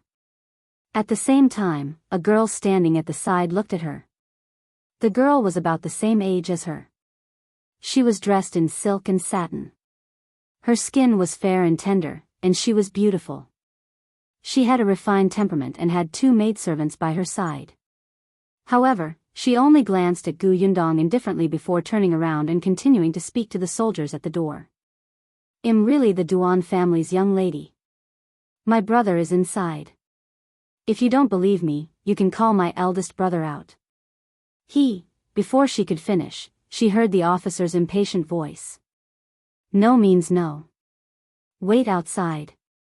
His tone was cold and he did not seem to care about her at all. Yundong felt that this soldier would probably be doomed alone for the rest of his life. Miss Duan stomped her feet angrily and walked to the side. The maidservant beside her hurriedly comforted her. Only then did Yundong step forward. However, it was Xue Rong who spoke to the officer. Sir, we're looking for Lord Am Mo Xulin. Miss Duan glanced at them and snorted softly. No one heard her. The soldier glanced at Yundong and said the same thing as before, wait outside. Pfft, Miss Duan finally couldn't help but laugh. Gu Yundong looked over and saw that she had resumed her dignified and elegant self. Gu Yundong turned her head and happened to see a familiar figure walking past the door. The figure glanced at the door and met her gaze. However, in the next moment, he immediately turned his head and quickly walked to the other side. Gu Yundong was so angry that she laughed. "Stop right there, Am Mo Xulin's fourth brother." As she spoke, she squatted down and picked up a stone. She aimed it at the back of his head and threw it. She moved so quickly that no one could react. When they came back to their senses, the soldiers at the door instantly glared at her. "What are you doing? You're courting death." As they spoke, they suddenly pulled out their weapons and stabbed at her. The Duan family's young lady was shocked and quickly retreated. Xue Rong subconsciously stood in front of Gu Yundong. The man whose head had been smashed finally stopped pretending to be dead. He hurriedly ran over and waved his hand. "Hey, stop, stop. This is Miss Gu. She's one of us. She's one of us." The soldiers were stunned, but they still put away their weapons. The man then walked to Gu Yundong's side and smiled. "Miss Gu, why are you here? You didn't make a sound just now. I didn't even recognize you. They almost hurt you." Gu Yundong had never seen such a shameless person. Her voice pierced the sky.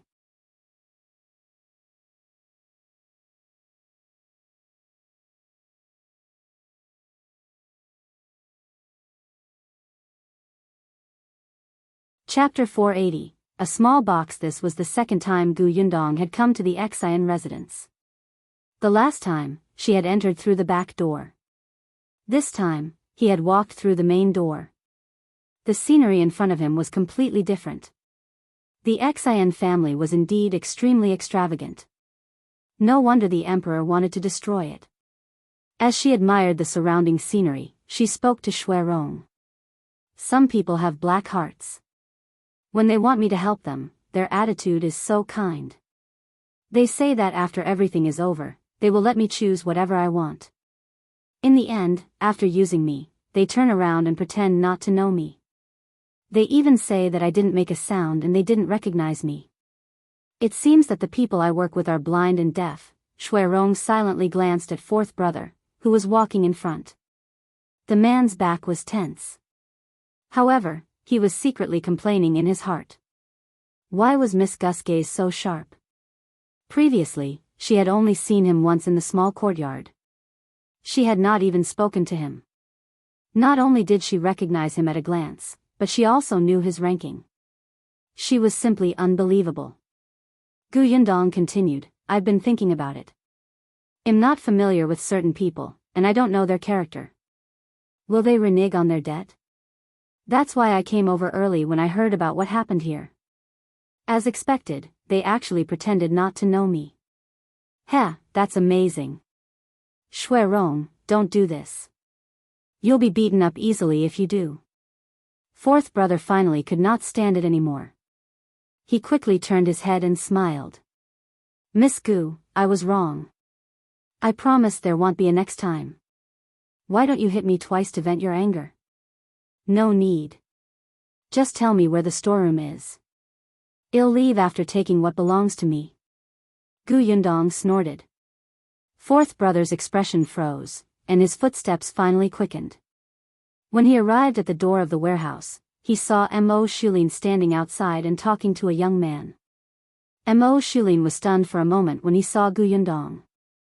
The fourth brother quickly whispered into his ear. Am Mo Xulin's forehead darkened and he almost hit him. How could you? They did not intend to go back on their word. They just wanted to organize the stuff first and take what should be taken away. They would let Gu Yundong choose the rest. However, fourth brother had been seen by others and deliberately turned a blind eye to her. Now, even if he didn't have the intention, others would think that he had gone back on his word. He glared at his fourth son, took a few steps forward and said to Gu Yundong, "Miss Gu is here." "Yes," Gu Yundong replied coldly. Am Mo Xulin said, "The storeroom is being tidied up. Miss Gu, please go in," but, he paused and lowered his voice. After this confiscation, all the properties belong to the imperial court. There are some things that the emperor has required, so, Gu Yundong snorted. She knew that there was a prerequisite for her privilege to choose. Alright, I know. I know what I'm doing.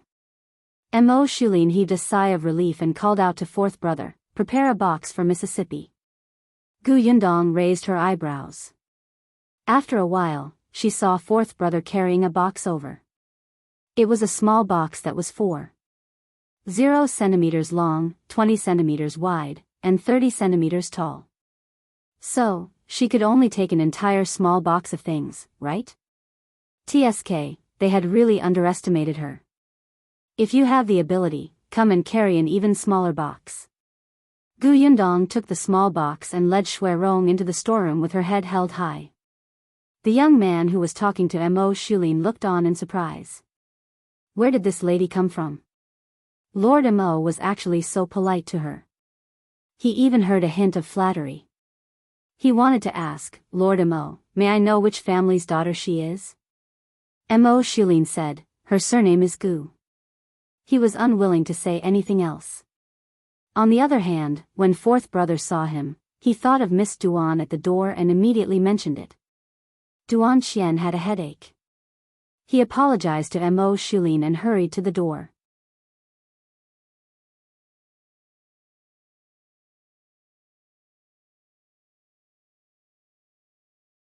Chapter 481, looking at Gu Yundong in a new light. When Gu Yundong entered the storeroom, he realized that many people were registering the things in the storeroom. They were stunned when they saw her enter. It was Am Mo Xulin who came in later and asked everyone to leave first. Only then did everyone leave the storeroom with a puzzled expression. Am Mo Xulin said, Miss Gu, take a look. What do you like? As he spoke, he pointed at 2 large boxes not far away. You can't touch the things inside. Gu Yundong expressed that she understood. That was what the emperor wanted. She understood.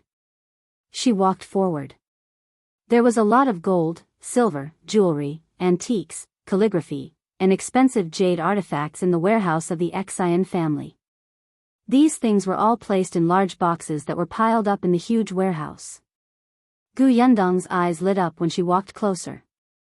Her eyes were sparkling, and she wished she could throw herself at the glittering money.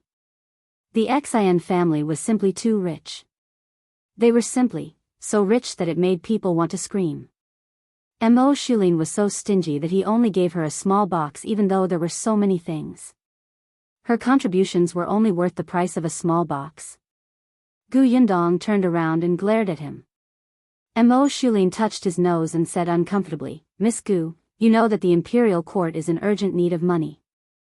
Although this box is small, some things are worth a lot of money. As he spoke, he picked up a piece of calligraphy. This is a masterpiece from the previous dynasty. It's worth 10,000 taels. Then, he picked up another book. This is the only book. Many scholars would die for it. Gu Yundong thought that Am Mo Xulin was indeed the leader of this group of people. His positioning was very precise. He knew that she knew how to draw, so he recommended calligraphy and painting. He knew that her brother was studying, so he recommended the only book. She snorted twice, took the 2 items, and placed them in the small box in Xue Rong's hand. Although the calligraphy was too long to be kept inside, it didn't matter. It was the same outside. Seeing this, Am Mo Xulin secretly heaved a sigh of relief. He did not leave. He watched as Gu Yundong walked over one box after another. She looked very carefully. Sometimes half of her body was in the box. Am Mo Xulin stood at the back and could not see clearly. He did not know that when Gu Yundong was searching, she took the opportunity to put the silver ingots into her interspace. After finding 2 boxes, Gu Yundong placed a few jade pendants and accessories into a small box. Am Mo Xulin glanced at it and the corner of his mouth twitched. Miss Gu really did not know what was valuable. Why did she choose jade pendants and jewelry? Then, Gu Yundong chose agate jade and pearl jade. She also saw 2 medical books that seemed to be very rare. Yes, she would bring them back to Shao Qingyuan. The brush and inkstone looked very valuable. She would bring them back for Yunshu, Yuanji, and her father. There was also a chessboard made of jade. It was simply extravagant. There was a huge pile of things. Gu Yundong felt that anything that was rare enough could be stuffed into the small box. If it could not be stuffed, she would put it into her spatial storage when Am Mo Xulin was not paying attention. After going through all the boxes, Gu Yundong finally rubbed her back and stood up. She looked at the small box with satisfaction. Yes, it's full. Xue Rong looked at the things inside and did not know what to say. When Am Mo Xulin realized that she did not find a single tael of silver, he could not help but look at her in a new light.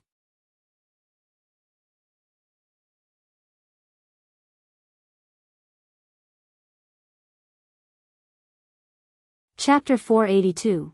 Come and see your end. Am Mo Xulin felt that perhaps because she used to be a farm girl, her knowledge was limited and she was not good enough at appreciating good things, so she could not tell if the items she picked were good or bad. However, she did not care about money at all. She was more interested in elegant things like books, calligraphy, and paintings. It seemed that she had a long-term vision. In the future, as long as she came into contact with more of these things, she would definitely be able to identify the good and bad things next time. Miss, are you done? Gu Yundong nodded. She remembered that there was about half a box of gold, silver, and jewelry in her spatial storage. She said in satisfaction, I'm done. Am Mo Xulin heaved a sigh of relief. Shall I walk the lady out? But Gu Yundong said, wait, I want to meet the eldest and second young masters of the Xie family. Am Mo Xulin frowned. Well, is it inconvenient? Am Mo Xulin looked at her pitifully small box. After all, he had taken advantage of her. Forget it, just let them meet. I'll bring you there. As he spoke, he led the way. After leaving the door, he let the people registering the stuff in the warehouse enter again. What Am Mo Xulin didn't know was that 2 days later, after all the warehouses in the Xie family were cleaned up, everyone would stare at the account book that didn't match at all with their mouths agape. They couldn't regain their senses for a long time. The masters of the Xie family were all locked up in the back room. Many people were locked up in the row of rooms. The people in different branches were locked up separately. The room in the middle should be the old master and madam of the Xie family. Gu Yundong did not look at it. She followed Am Mo Xulin to the room on the left. Xie Jiming is inside. Gu Yundong asked Xue Rong to place the small box in Am Mo Xulin's hand. He blocked him outside and she went in by herself. Am Mo Xulin was speechless. This was against the rules. Xie Jiming was the eldest young master of the Xie family, so he naturally had a wife. According to Xue Rong, that wife passed away less than 2 years after marrying him. However, Xie Jiming did not remarry. The outside world had always thought that he had a deep love for his wife and could not forget her. In addition, his health was not good and he did not want to drag others down. But who would have thought that he would do such dirty things in private? When Gu Yundong and Xie Jiming entered, there was also his nanny in the room. Gu Yundong raised her eyebrows and looked at the silent duo. Xie Jiming frowned when he saw the person who came in. Who are you? What do you want? Gu Yundong took a step back and let Xue Rong come forward.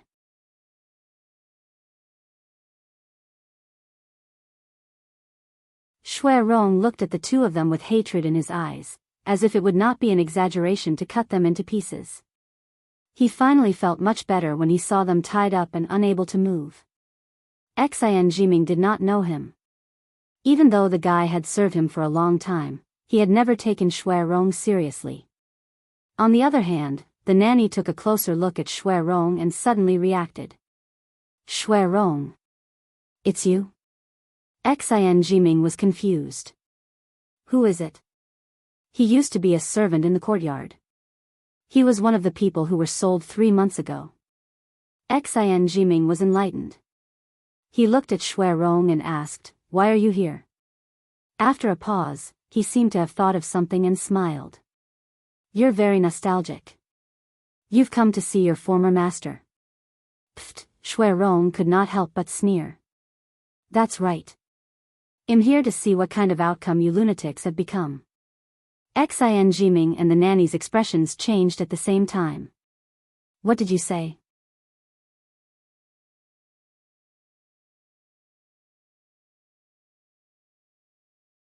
Chapter 483, Am Mo Xulin's envy. Xue Rong smiled. If you remember selling a group of servants 3 months ago, then you should also remember the 2 maidservants who were killed at that time. One of them, he took a deep breath and his eyes turned ruthless, was my sister. The 2 of them were stunned. They looked at Xue Rong warily. Xue Rong had already walked up to them and said maliciously, Do you know why the Xin family lost so quickly? It's because before my sister died, she saw 2 letters in young master's room. When you were searching for her, she was hiding under the bed. She heard your conversation clearly. Xin Jiming and the nanny's faces immediately turned pale. So that was what happened.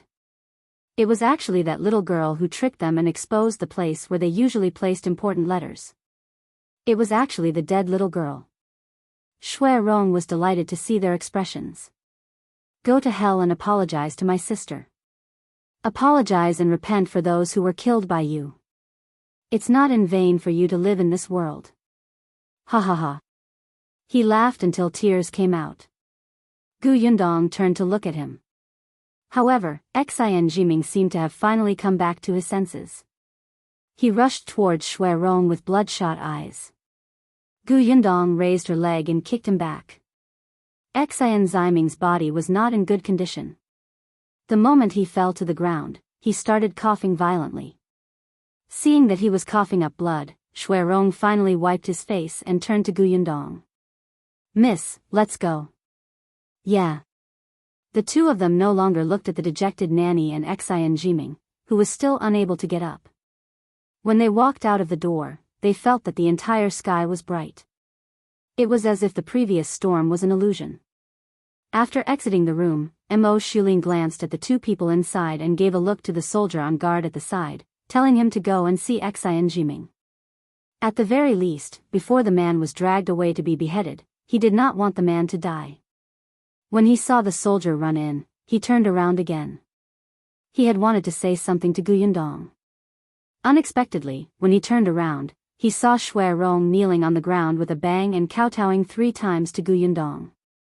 Thank you, miss. Yundong was also shocked by him. She quickly smiled and helped him up. For what?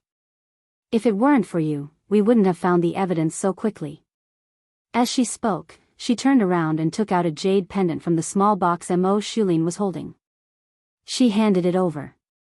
I don't know how much this is worth, but it's definitely not ordinary if it's placed in the Xin family's warehouse. Take it as a reward. Xue Rong stared blankly at the jade pendant that was stuffed into his hand. It took him a while to react.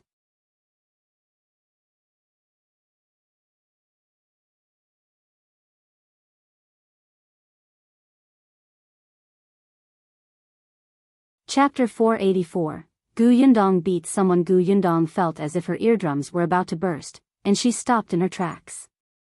When the screams stopped, she looked inside. Compared to the 2 people in the eldest young master's room, this room was much livelier. There was not only second young master Xin Zhiyuan, but also his wife, who was the daughter of the Prefecture magistrate, and the concubine with the same name as hers. There were also the mother of the concubine, Xin Zhiyuan's 2 maids, and 3 other concubines. Yundong had heard from Xue Rong that Xin Zhiyuan was lecherous, so there were many beauties in the backyard. However, not many were taken in as concubines. After all, there was a wife there. Initially, there were more than a few concubines. However, there were endless open and hidden conflicts in the backyard. Once they were no longer liked by Xin Zhiyuan, these concubines would not end well. Therefore, the remaining concubines were all successful people left behind after the house fights. However, the strange thing was that the 2 young masters of the Xin family had yet to have a child. It was understandable for the eldest young master. His wife had died early and his health was not good. However, not only did the second young master have a young and beautiful wife, but he also had concubines who were as beautiful as flowers. None of them had given birth to a child for him. It was probably because he had done too much evil. Gu Yundong shook her head and sighed as she walked towards them. Zhiyuan narrowed his eyes and took a closer look at Gu Yundong. Perhaps out of habit, his eyes lit up when he saw a young and beautiful girl walking over. He even swallowed his saliva unconsciously. Gu Yundong was disgusted by his gaze. He was already a prisoner, yet he still had a lustful heart. She stepped forward and punched him hard in the eye. Ah! Zhiyuan cried out in pain. The women beside him all looked at Gu Yundong in shock. What are you doing? Who are you? Who are you to hit my husband? Do you know who I am? Judging from her tone, she should be Zhiyuan's wife. Gu Yundong turned to look at her and smiled. What a show-off. Who are you? Oh, I know. Are you the daughter of the Prefecture magistrate? Poor thing. The Prefecture magistrate has been arrested too. The woman was stunned and her expression changed. Impossible. How could my father be captured? Otherwise, why hasn't he come to save you yet? It's because he can't even protect himself. This time, not only did the woman's expression turn ugly, but the others were also stunned. They had all been brought into this room and locked up by the soldiers who had suddenly appeared.